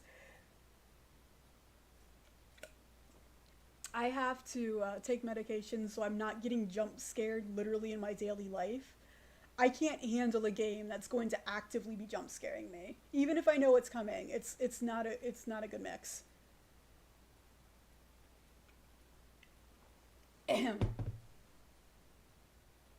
They're not jump scares, they're funny little characters that pop up and flare their arms. It doesn't matter. If anything is popping up on the screen, even if it's not like horror, it will still like mess me up. I do not want to put myself in a situation where I'm having a panic attack on camera. I don't want to intentionally trigger panic attacks just in general. So for my own mental and physical well-being, no thank you. I avoid anything with jump scares. What do I normally play? Castlevania, stuff like this. Like, this is kind of technically horror, but nothing's jumping out and spooking me, and I can play it at my own pace, and I kind of like that. Besides Castlevania, I like a lot of story-driven games. Like I enjoyed the Persona games. I like the SMT games that I have played, which is not all of them, but we're getting there. I like the puzzle games like the Skea, the Nonary games I enjoyed. I'll play Mario. Everybody plays Mario, but I will play Mario. I will play like platformers. I enjoy. That's my primary genre of choice. I really like dancing games, not rhythm games. Those are two different types of games, and I will fight anyone who thinks otherwise. If there's a dance mat and I can use it while playing a game, I will instantly like that game.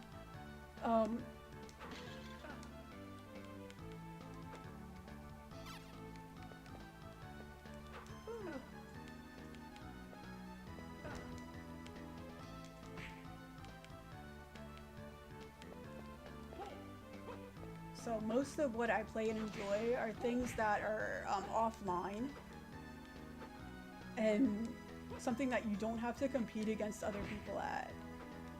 Because, like, I'm okay with fighting games when you're playing against somebody who is just in the same room as you and it's all good fun.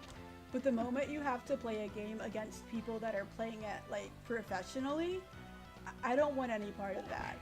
If I'm playing a video game and it suddenly starts feeling like work, well, not necessarily work, but just like a stressful, oh no, I gotta do this or else something bad happens, I gotta beat this guy, or I have people yelling at me, I don't want to play. Like, I play video games for fun.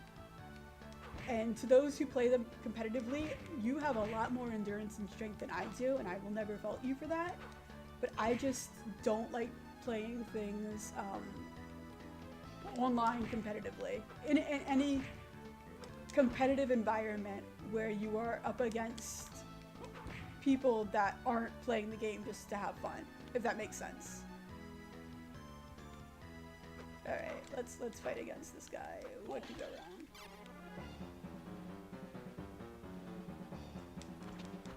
Wait, did I re-equip the... I didn't. I'm an idiot.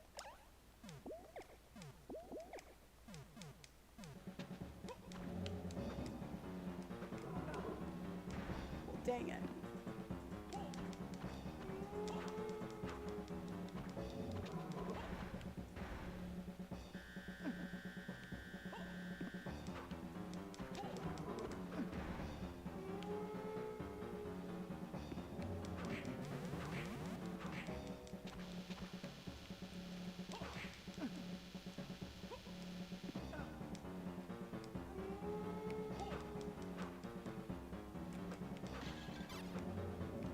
Hey, wolf guy, stop jumping at me. Stop. Stop that. Oh, I'm almost dead. Well, dang it. That was a not great run. Okay. Let's see. Yeah, I have a feeling that I'm not.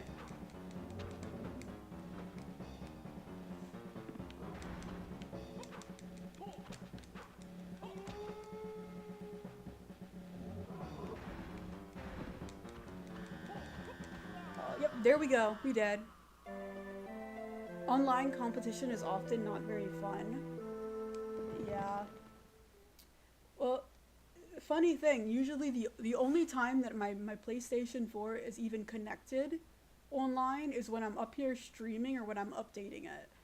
So this PlayStation normally isn't even here. It's usually in my basement, which is a complete dead zone. So I'm not an online gamer. Granted, I've been contemplating playing Fortnite on stream because I found an article from 2014 in which they're advertising Fortnite, and I noticed that, again, never played Fortnite before in my life. I don't know what it's about or anything like that. But I did notice from this Game Informer article that came out 2014 that the font has completely changed and the whole entire just logo is completely different. So I'm interested in seeing how accurate the advertisement before the game came out is compared to the actual game. So I might do a stream where I play Game Informer Fortnite using Game Informer's 2014 article as a basis for what to expect and see how different it is in comparison to how it was advertised way back in the day.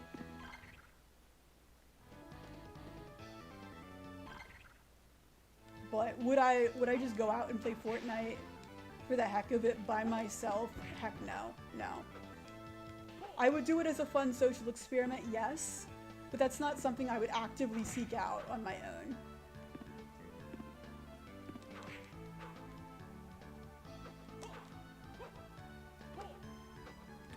I like being able to chill in games like what's it called? RPGs where you grind a little bit.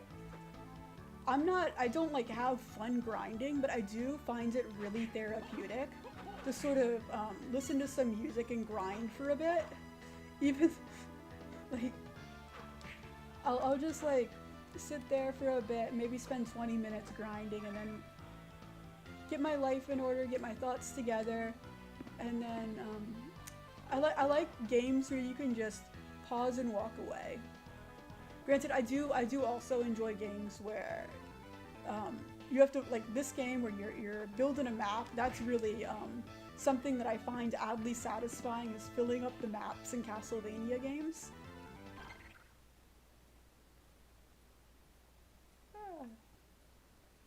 And go back. I don't know. Some games are just I like chill games. I like games where the biggest obstacle is myself and not other players. Like, I enjoy a game where I feel that, oh, if I'm doing badly at it, I enjoy doing badly if it's dependent on my own skill level and not the fact that everybody else that I'm playing against has been playing this game for 6 years, 10 hours a day, 5 days a week, and I'm just sitting here like, hi, I'm new and I don't know how it plays. I don't know, maybe competition is fun, but not when I'm like, not when you don't stand a chance. Maybe it's because I'm just bad. But I also like, I enjoy fighting games, but not online. Like, Dave the Diver, is that a Fortnite character? Like Smash Bros. Brawl, I like that, or not Brawl. Gosh, it's so bizarre to me that we're on the 5th Smash Bros. Game, and I'm still thinking of what, in terms of Smash Bros. Brawl. Yeah, the Super Smash Bros. Games are fun, and I like playing them. but I don't think I would enjoy playing them online. Like, even when you're playing against someone who plays them competitively, if you're playing it face to face with a friend who's like a competitive gamer, that's a lot more fun than playing against some rando online.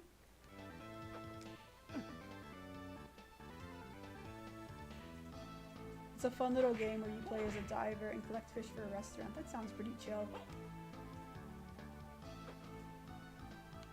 Okay. I'm just gonna go this way because I feel like the only way to progress on the other way, in the other direction, is fighting Cerberus, who I'm not ready for. I lied. There's nothing. Shoot. Okay. I guess I'm stuck. I guess I have no choice but to fight Cerberus. Let's just hit everything.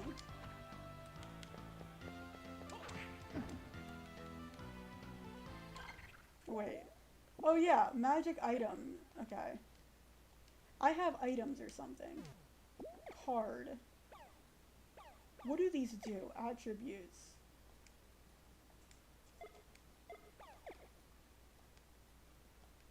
Okay, so dual setup. Okay.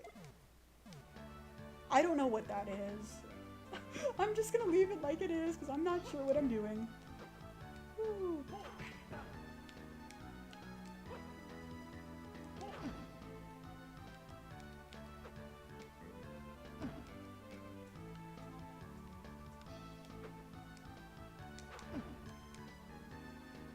Maybe I should just go the other way. I'm capable of learning. There we go.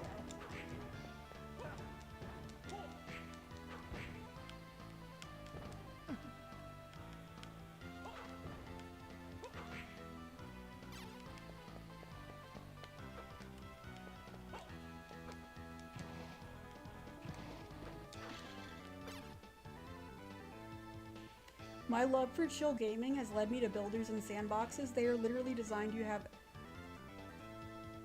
to have your own fun at your own pace. Dave the Diver oh, it's a PC game? Yeah. If it ever comes to like console, I might check it out. But that's another thing I kind of don't do. I don't PC game. I'm sorry. I know that's like all gamers are like PC gamers nowadays, but I do other things on my computer. Like I already have way too much happening on my computer for it to also be a gaming device. Like the way I operate is in a very precarious balance, and if anything becomes askew, my whole entire functionality as a functioning human being who participates in society would be at risk. By that I mean I have ADHD, so I literally have to put everything I do into like little boxes, so so that I can get things done. So my computer is, I edit on my computer and I do work stuff on my computer, and that's it. If I could also game on my computer, it would be dastardly. It would be have not great consequences in my overall productivity. Like I think already being able to watch shows on my computer is already a little.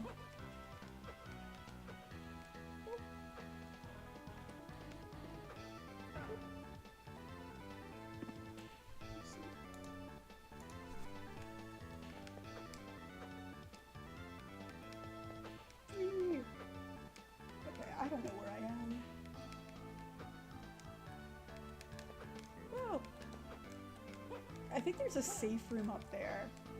So I'm just gonna like boogie on over to the safe room, heal a little bit, and see if there's maybe any other way I could go in this area without fighting Cerberus. Where's the safe room? Oh, it's up. That would explain why I can't find it. Okay, cool.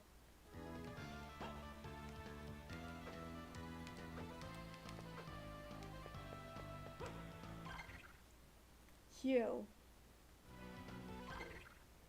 The greatest of giggles right there. Okay.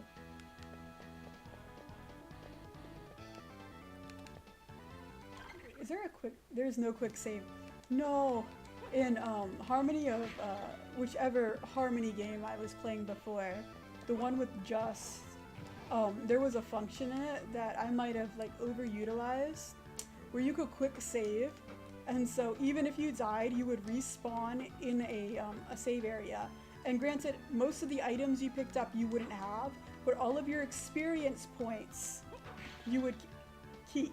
So like if you wandered off and you leveled up twice and got halfway through a boss fight and killed all the little mini guys and saved, you would still like have that level up stat when you revived, which is nice. Okay.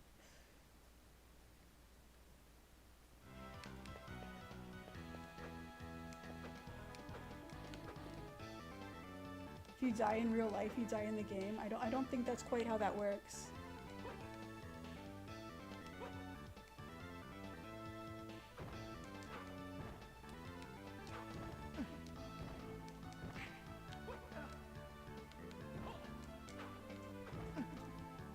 Would Terraria and Minecraft be considered sandbox games? I think I know what the sandbox genre is, but I'm not entirely sure. So I just want to confirm, Minecraft, Terraria, are those sandbox games? They're open world, right?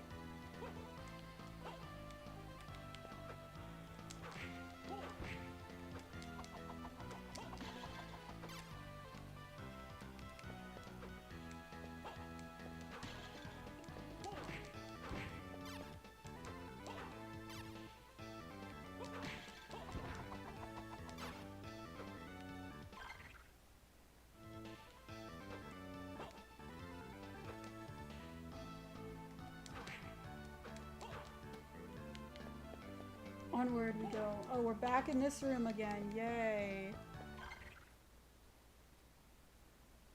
Where am I? Oh, I went down. Here we go again. Because I am lost. Okay, so those are sandbox games.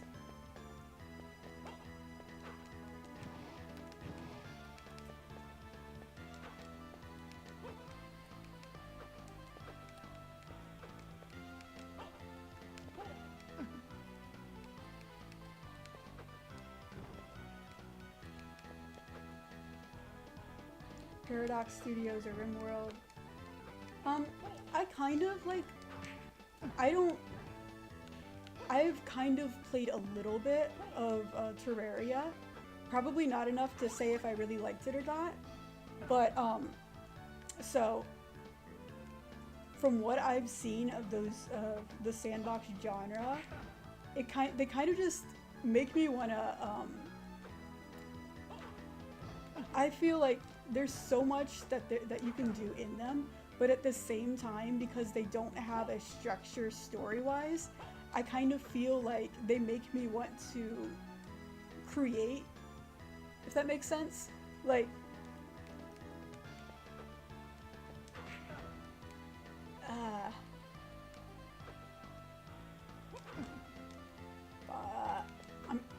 I have not learned anything.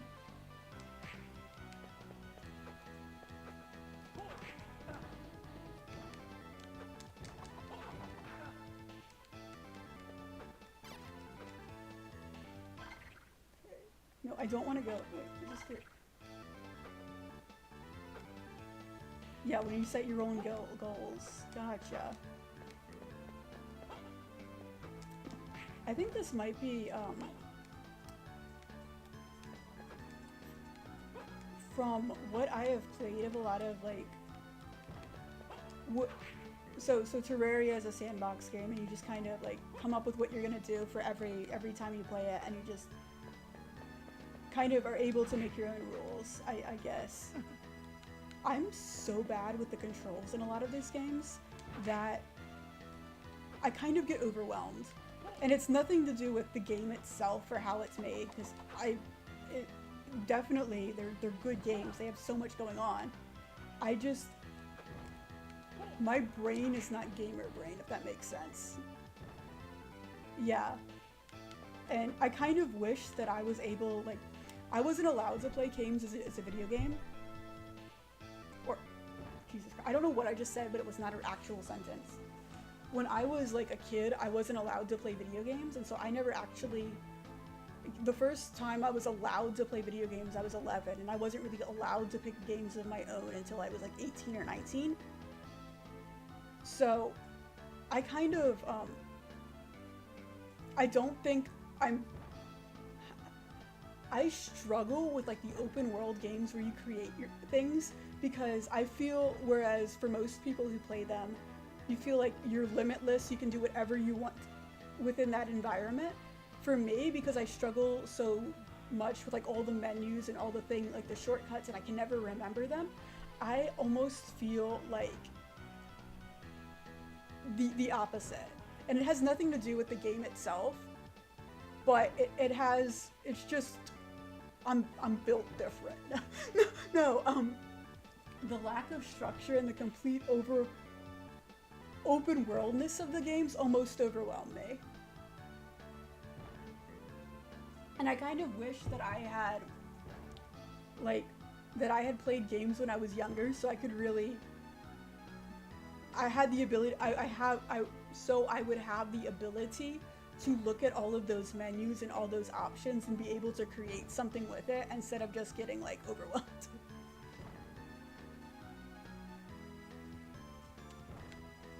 There's too many options, which is great. I love that they exist. I love that people have created. I've seen things where people have made their entire college campus in Minecraft, which is amazing. And I kind of wish I could do it. I don't know how I can get into those kinds of games without just feeling like there's too much happening at once.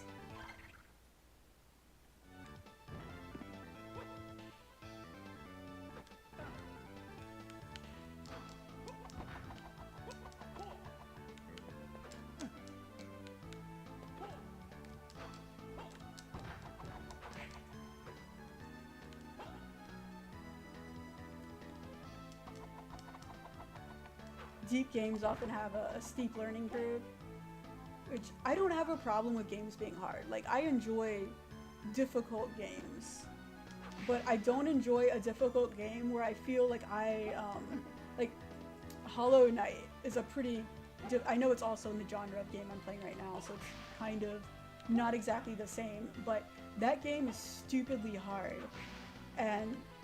But I didn't at any point think that I was incapable of playing the game. I just felt like, okay, I got the controls, I just have to get good enough at hitting the buttons at the right time and I can do it. Whereas other games, I'm just like, I feel like I have to have taken gaming, gone to gaming school in my youth to even, I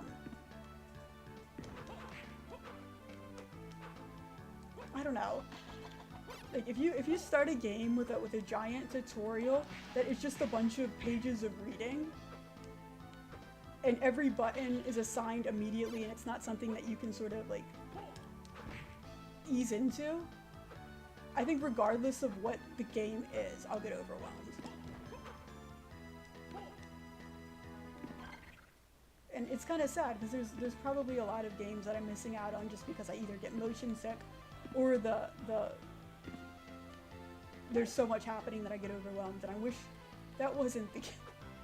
And I'm not asking people to make games differently. Like, I'm not gonna say, yeah, it's a dev problem. They're not making these games for me, therefore they're invalid. I'm not gaming journalist level of Far Gone, not yet. So I acknowledge that it's mostly a me problem, not a. I don't know. I'm rambling at this point. I don't even know what I'm saying. I'm just saying words and kind of hoping that the words I don't know what I'm trying to describe make sense.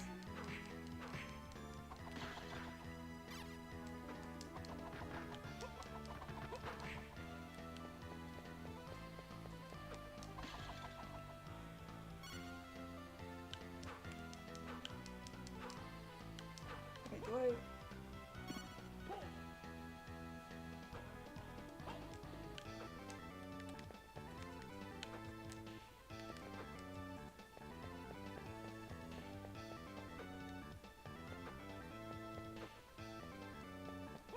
Okay. Am I equipped to fight Cerberus? Probably not.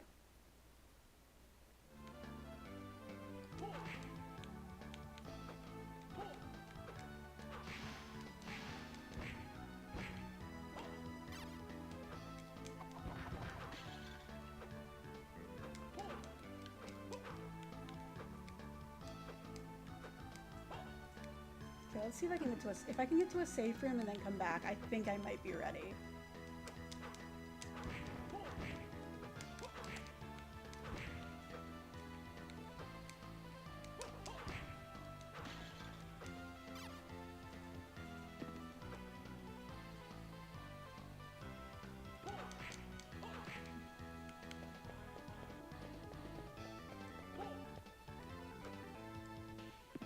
There's so much diversity in gaming that there's no obligation to play stuff you don't like. Yeah. I agree. I agree. But I also don't want to be like, wow, this game sucks because I am incapable of playing it. Because I think that's really unfair. To say just because I'm not great at something doesn't mean that I can't acknowledge that it's well made and probably has a great story.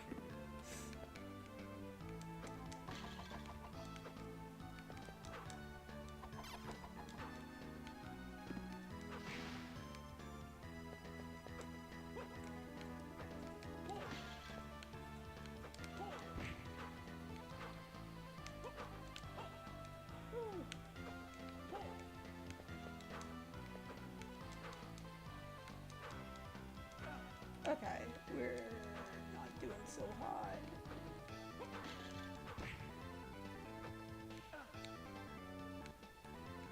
Still not liking that those things are called gremlins.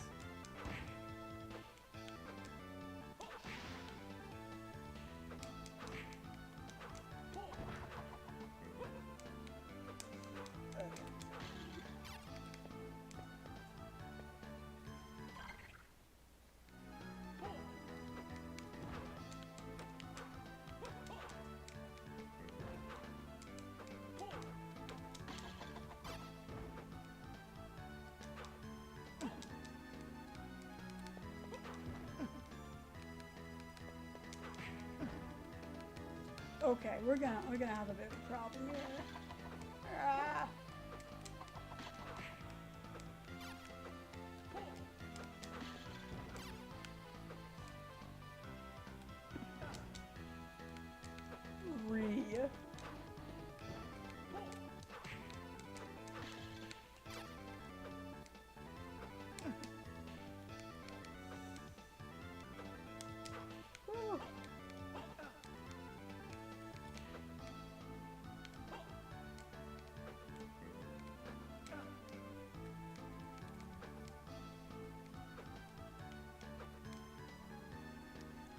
That's when I say it's just not for me. I can acknowledge Sankiryo is good while still hating it personally. I have no idea what Saikiro is. So I'm gonna take your word for it that it's good, but I've never... Now I gotta Google this. I've never heard of Saikiro. Oh, okay. I don't even need to look up anything about this to know what kind of game it is. Cool. I understand now. It's one of those games. Okay. Okay, there's gotta be, like, I have magic item, no. DSS, what is this? DSS. What do these do?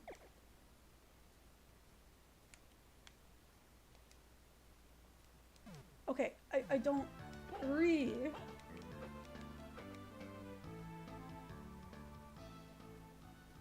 Dark Souls Weeb Edition? Ah, say no more. I understand now. I got it.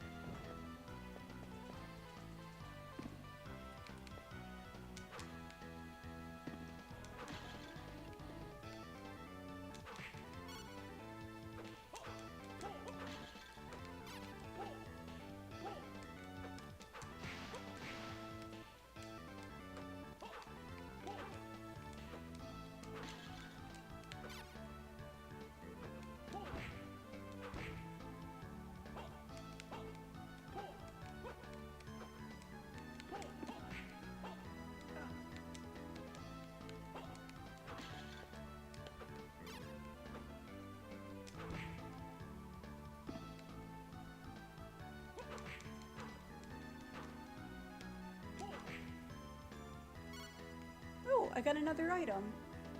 It's from Soft. I'm assuming that you mean like the publisher, the releaser. Okay.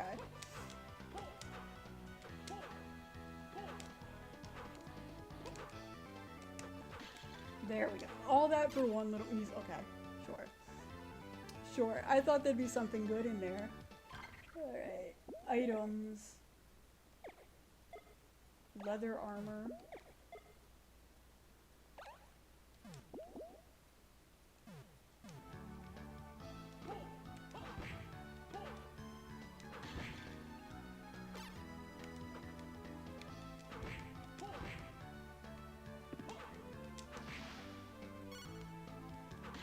I'm just getting all the items now, I guess.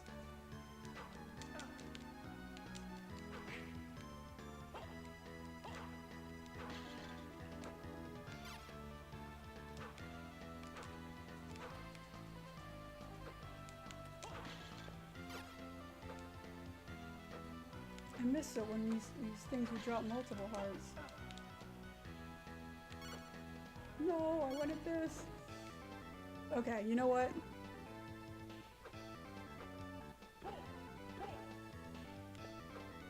Okay, so the same company that made Dark Souls made this game I've never heard of that's apparently Weeb Dark Souls. If they already made Dark Souls, why do they have to make Weeb Dark Souls? Were not enough weebs playing regular Dark Souls? Like, it's inspired by Berserk, what more could the weebs want?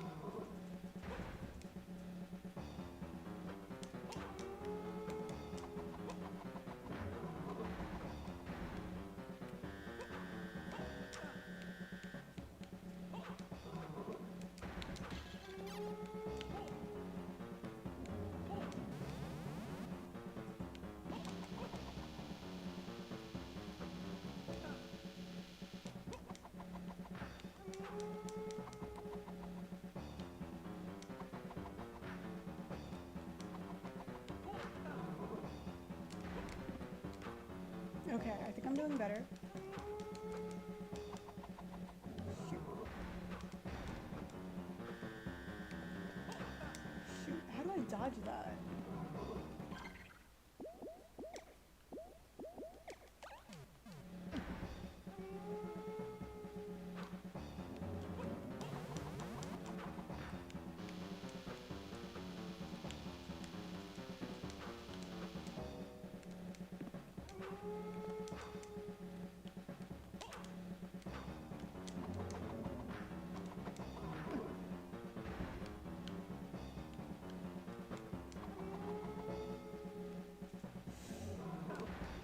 Dang it.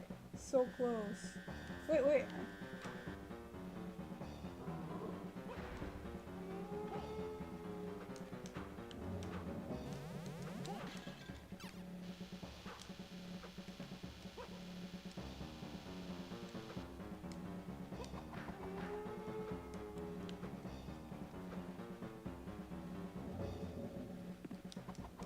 Dang it! No!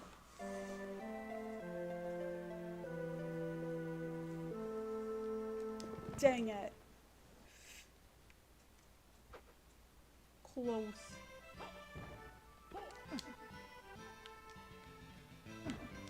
Maybe not so close.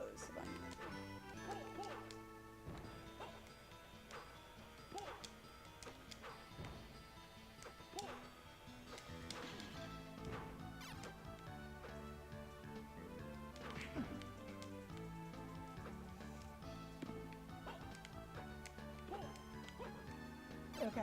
Goal. New goal. Collect all the hearts.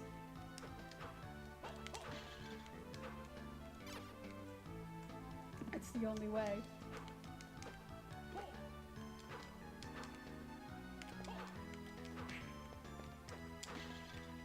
Okay.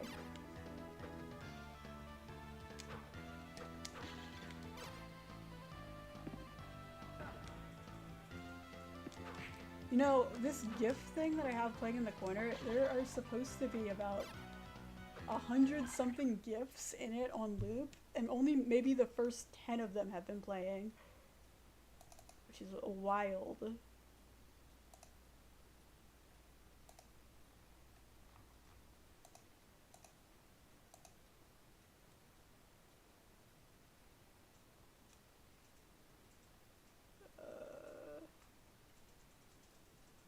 I'm going to change that so that, because all the cool ones are at the end of the little playlist.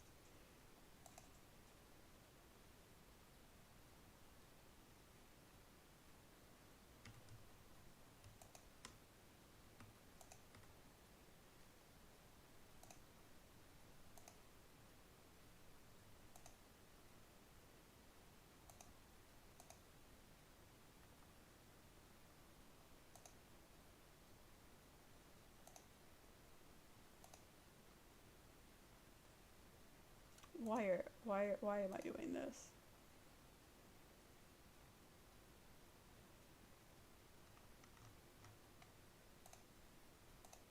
There, we're just gonna take the ones from the front, the top out. Yeah. There we go. That I don't think that one's played yet.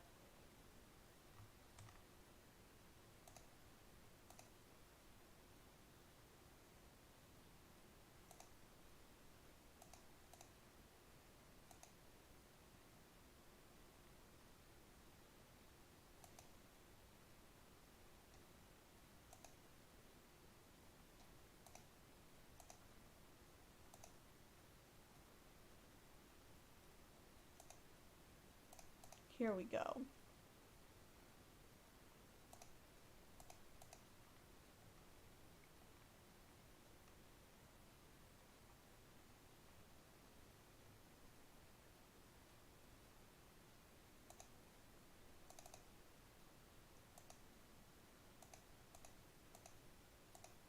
There. You can only look at Sarah Sanders for so long before it hurts. That one has been removed. I didn't think it would start.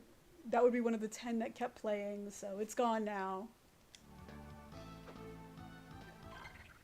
There should be more of them now.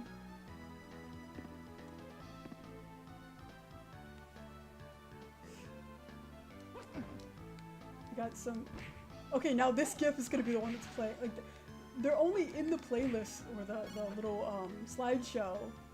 Each one is only in there once, so I don't know why it's repeating them.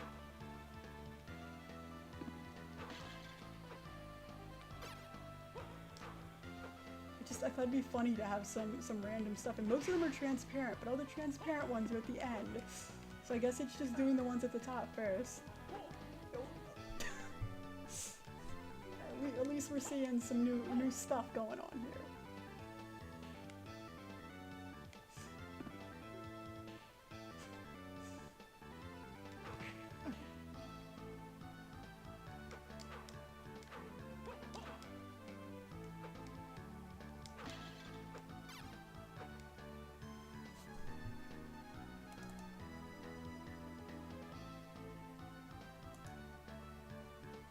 it's no longer going to randomize.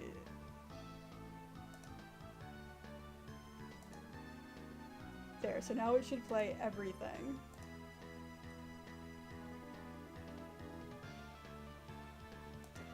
There we go.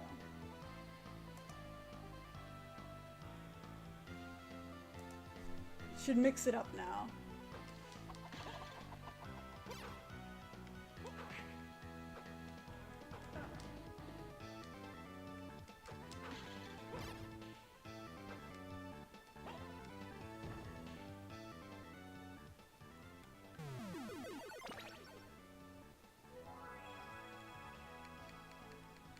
I'm sorry for polluting your eyes. Why do I even have this one in here? I just put a bunch of some of them were intentional, some of them were just all the GIFs on my computer.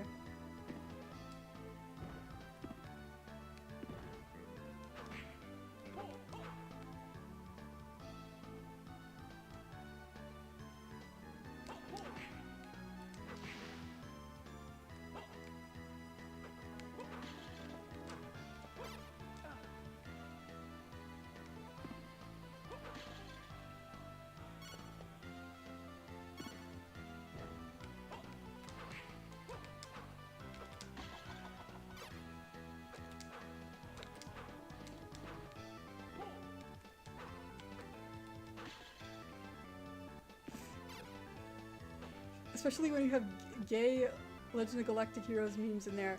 I never get tired of Reinhardt playing with Ricky Ice's hair. Well, there it is. There it is.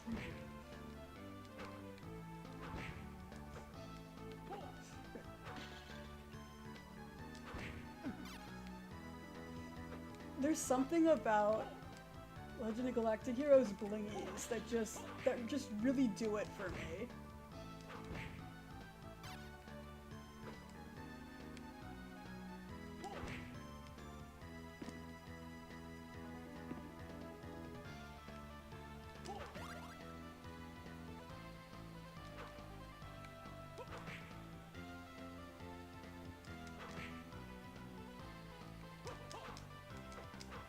Okay, I know this seems like a demonstration in like insanity where I keep going back, but I've leveled up, so I'm just gonna save and then try to fight Cerberus again.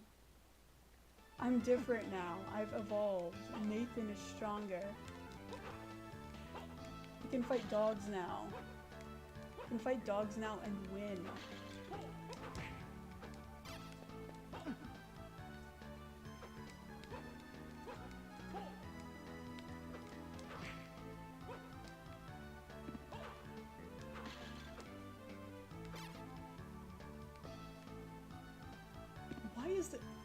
Yeah, I don't know why I added some of these GIFs. I apologize. I didn't really preview them before adding them.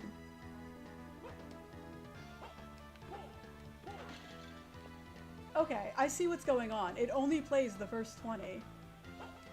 That makes sense.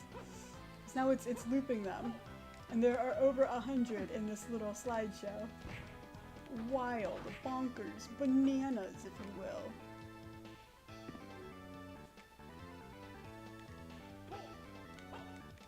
We're learning something new every day. Yeah, I'm just gonna, here.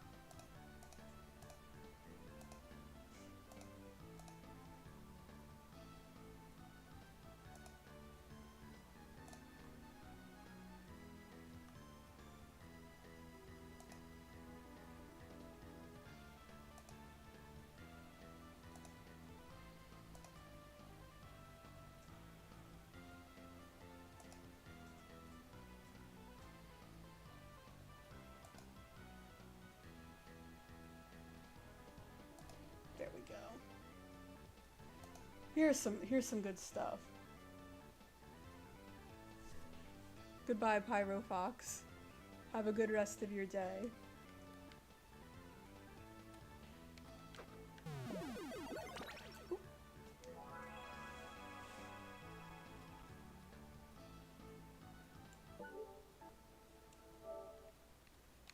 Onward we progress.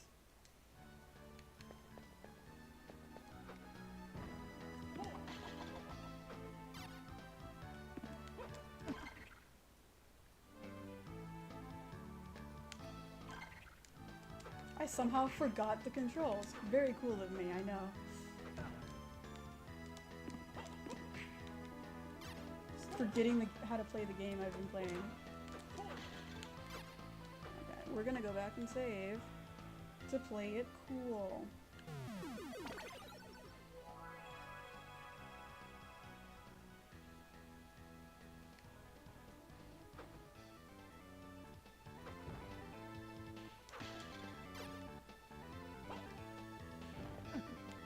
What? I just bounced! Holy crud! Was not expecting that.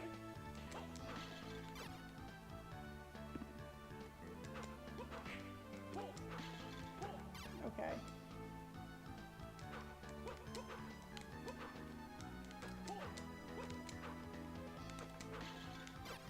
Was it worth it? No, it wasn't.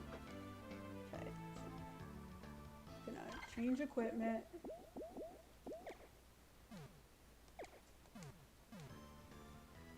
That's not how you choose. Item. Cotton clothes. Leather armor. Wait, did I somehow lost that wristband I got before. How? No. Well, dang nabbit. Shoot. Oh wait, I didn't save. Go back in there and save.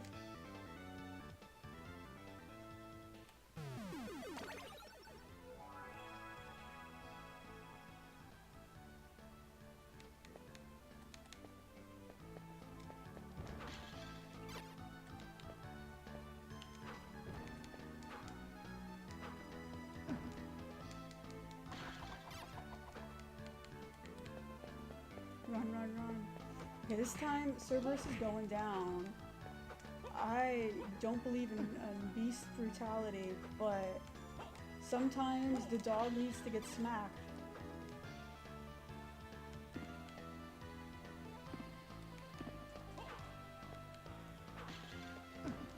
Sometimes you just have to kick a dog. There's no other way around it.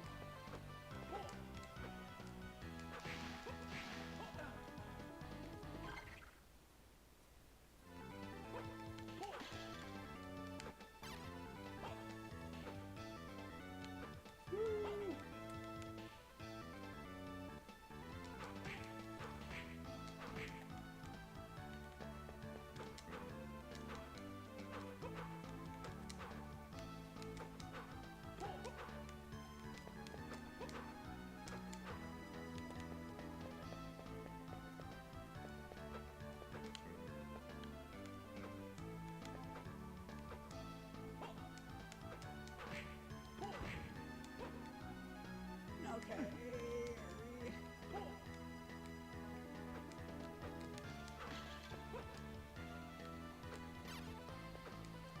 Okay.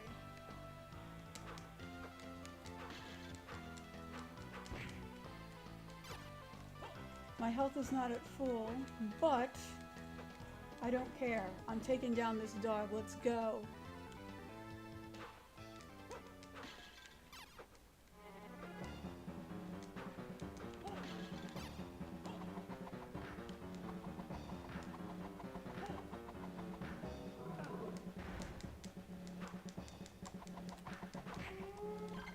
Oh shoot.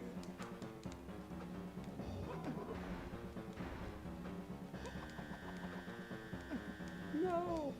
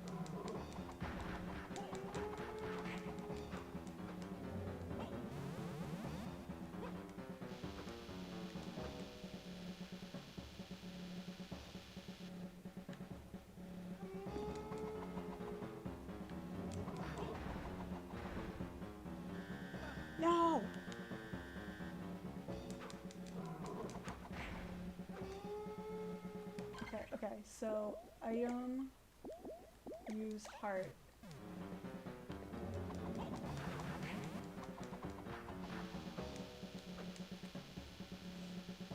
I think I'm killing him, I think.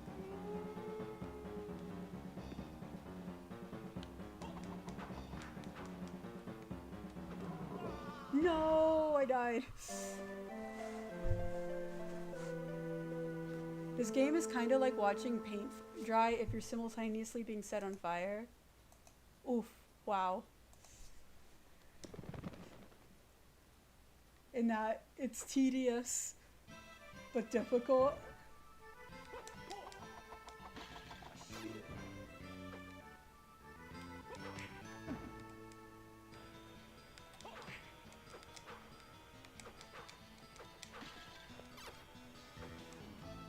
I somehow, like, that item I had before, those wristband things that I had, made...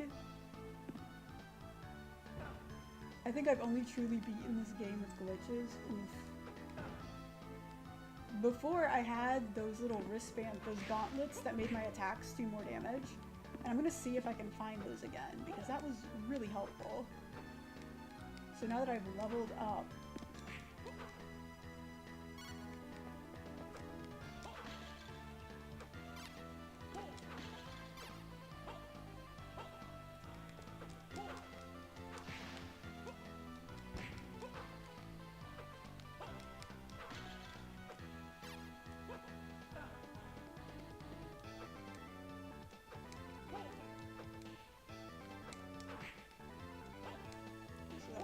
the fight.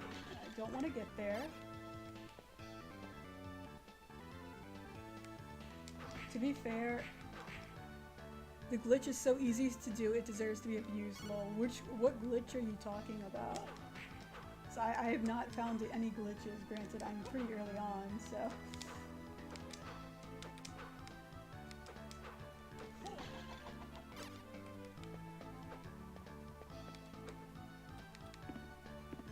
I didn't realize this game glitched.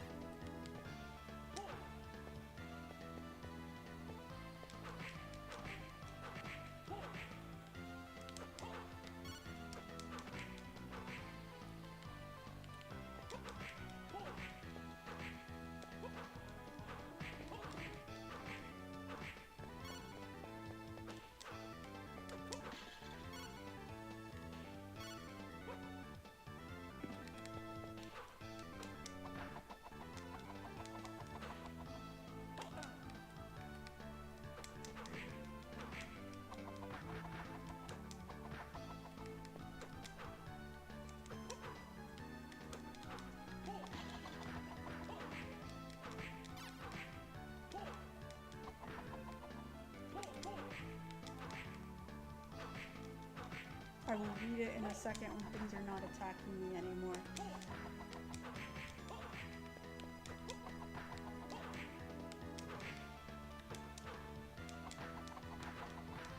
So I think this is where I found those gauntlets that did major damage.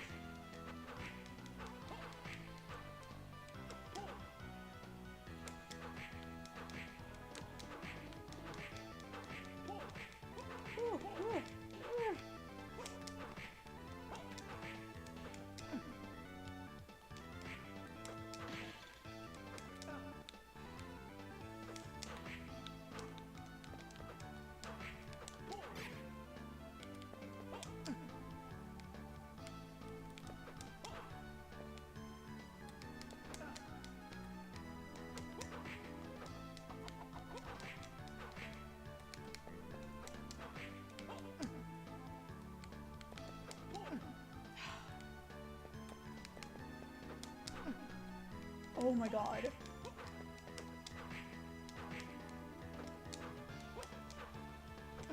I'm going to scream.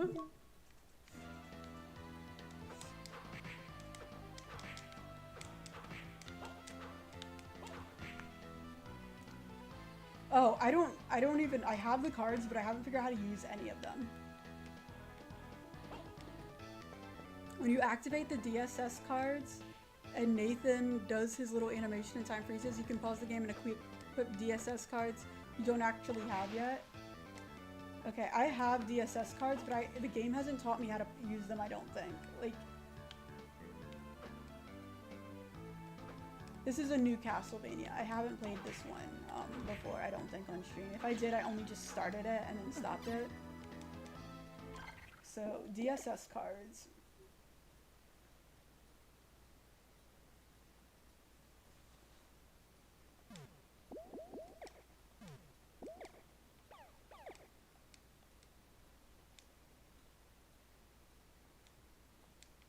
Oh.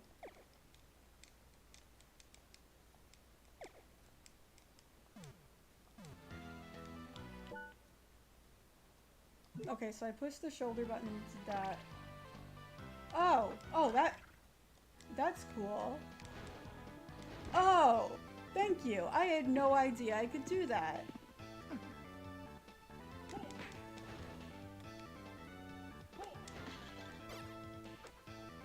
Well, that's wacky and fun. That would have been nice to have known before that. I wonder how long I'm just fiery.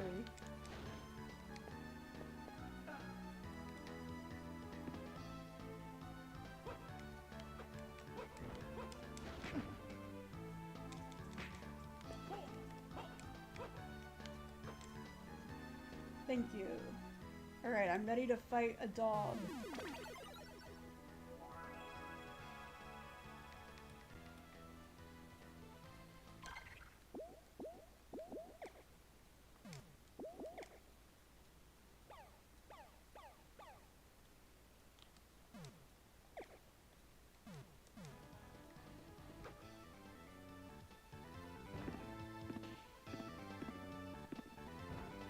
Okay. Let's see.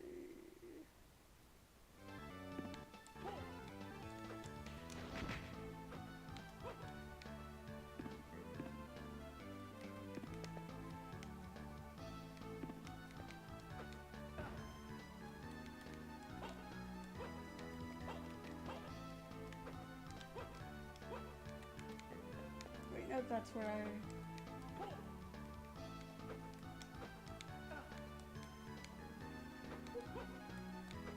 Okay, let's go beat up some dogs. Or a dog.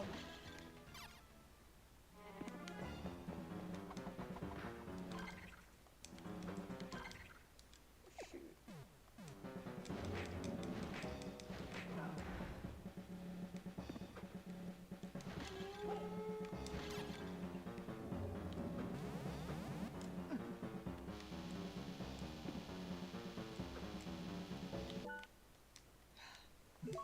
Really not digging that emulator thing. Ah, for fuck. Trying to figure out what button it was that...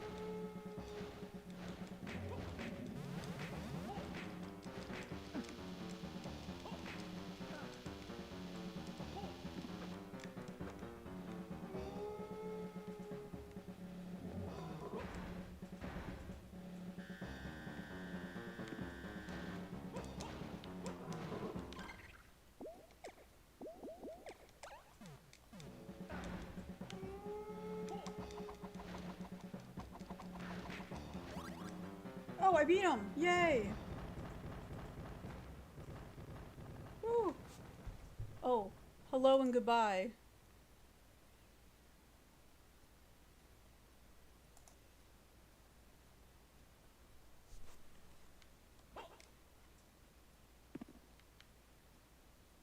Okay, so Cerberus has been defeated.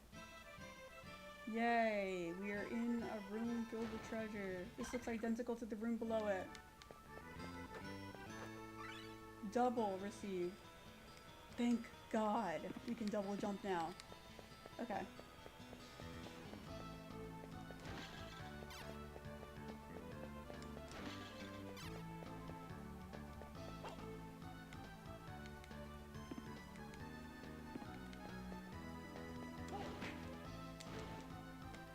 Wait, no, this room has nothing going on in it. Shoot. This room is where I wanted to go. Yeah.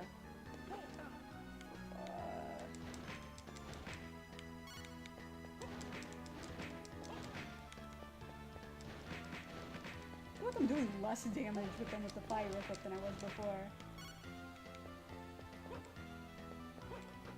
There we go. Yeah!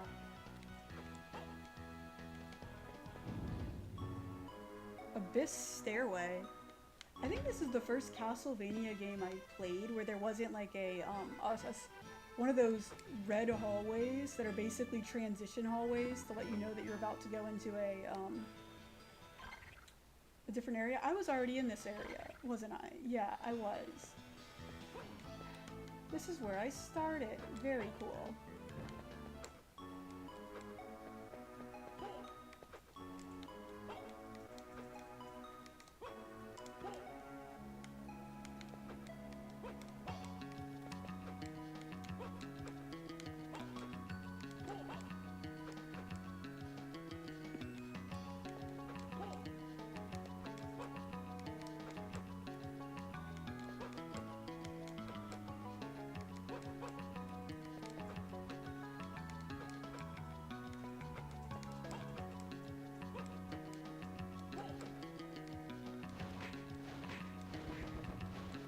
I have a history of not liking axe armors. Why did I go here? I need to find a safe room. I do not wish to fight Cerberus again. Take me to a safe room. Okay. At least that healed me, but I still need to find a safe room, safe room, safe room. Is that where I came from? It is.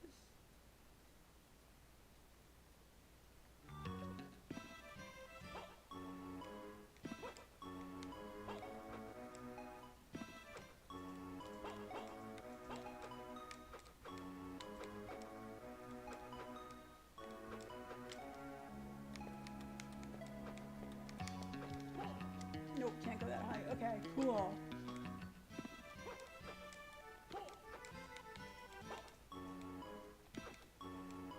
I do like how the music just... I like how there's no transition area. They just go from one area to another. Music suddenly changes. There's no silent walkway.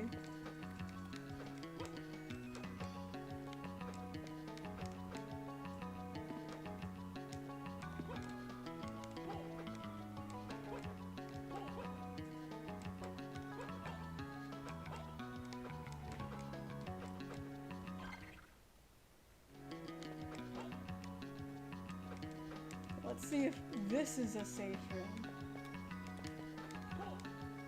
Yes! Woohoo! Yes. I have been saved.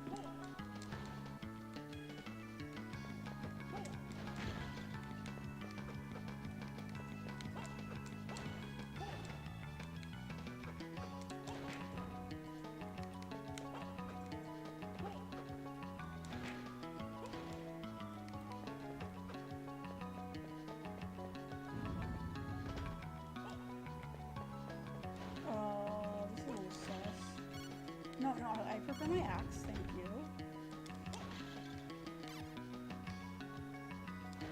Oh wait, I know what's going on. This is a puzzle. I get it. I understand. Shit. No, I need this.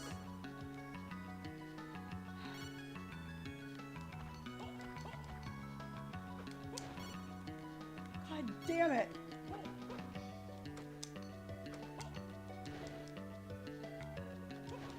Okay, I don't understand. I thought it was a puzzle. I thought I got it, and I was wrong.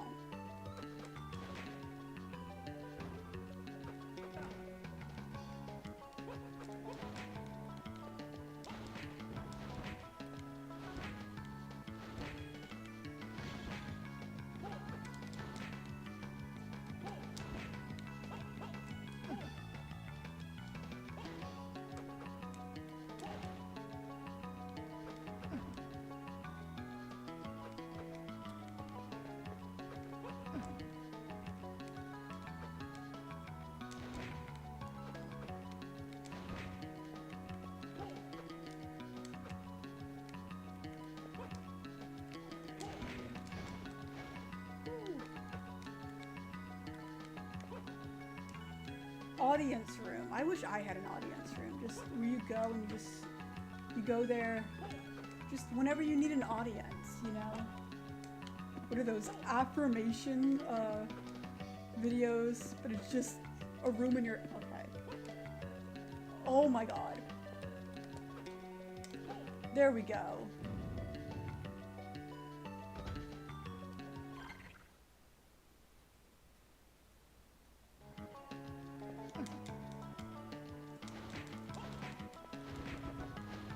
Yay, I got a new card.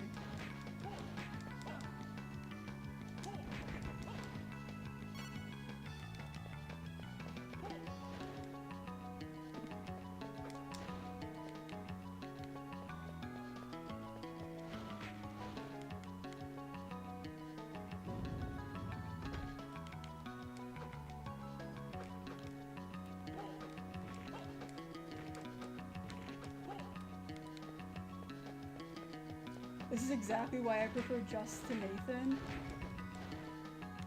Because he's shorter. Just had a better outfit, I will. But I haven't seen enough of Nathan to really,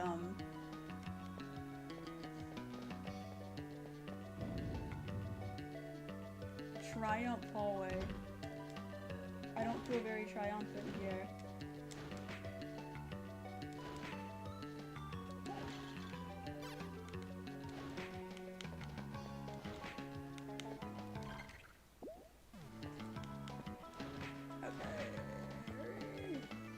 Once I get to the next safe spot, I'm gonna have to take a break because I'm getting a little, I gotta get up and stretch.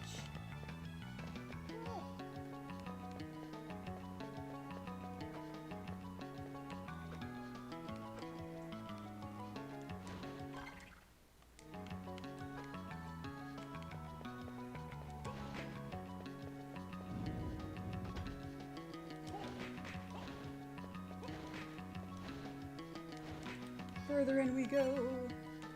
Woo.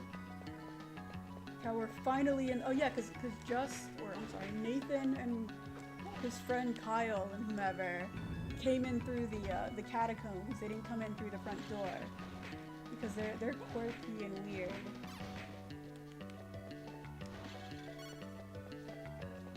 Oh shit, that's the door. I can't go through there.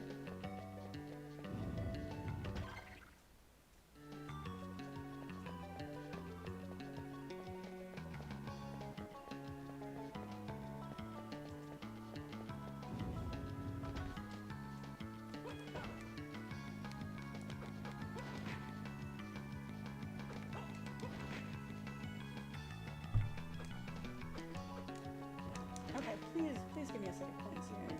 My little fingies are hurting. Clinking Man. Yes, my favorite, what's it called? Castlevania villain. It's just Shaggy from Scooby-Doo when he's hungry.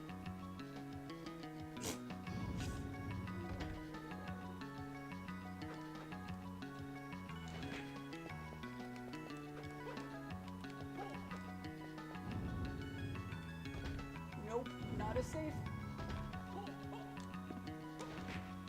Come on. Eventually I'll find it.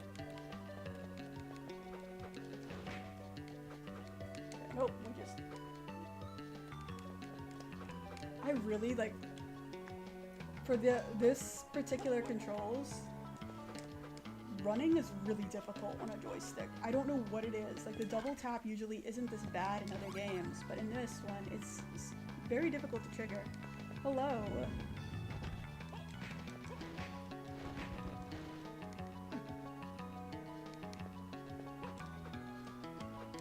We just gotta find a good spot to save so I don't die and lose my progress. Oh, come on.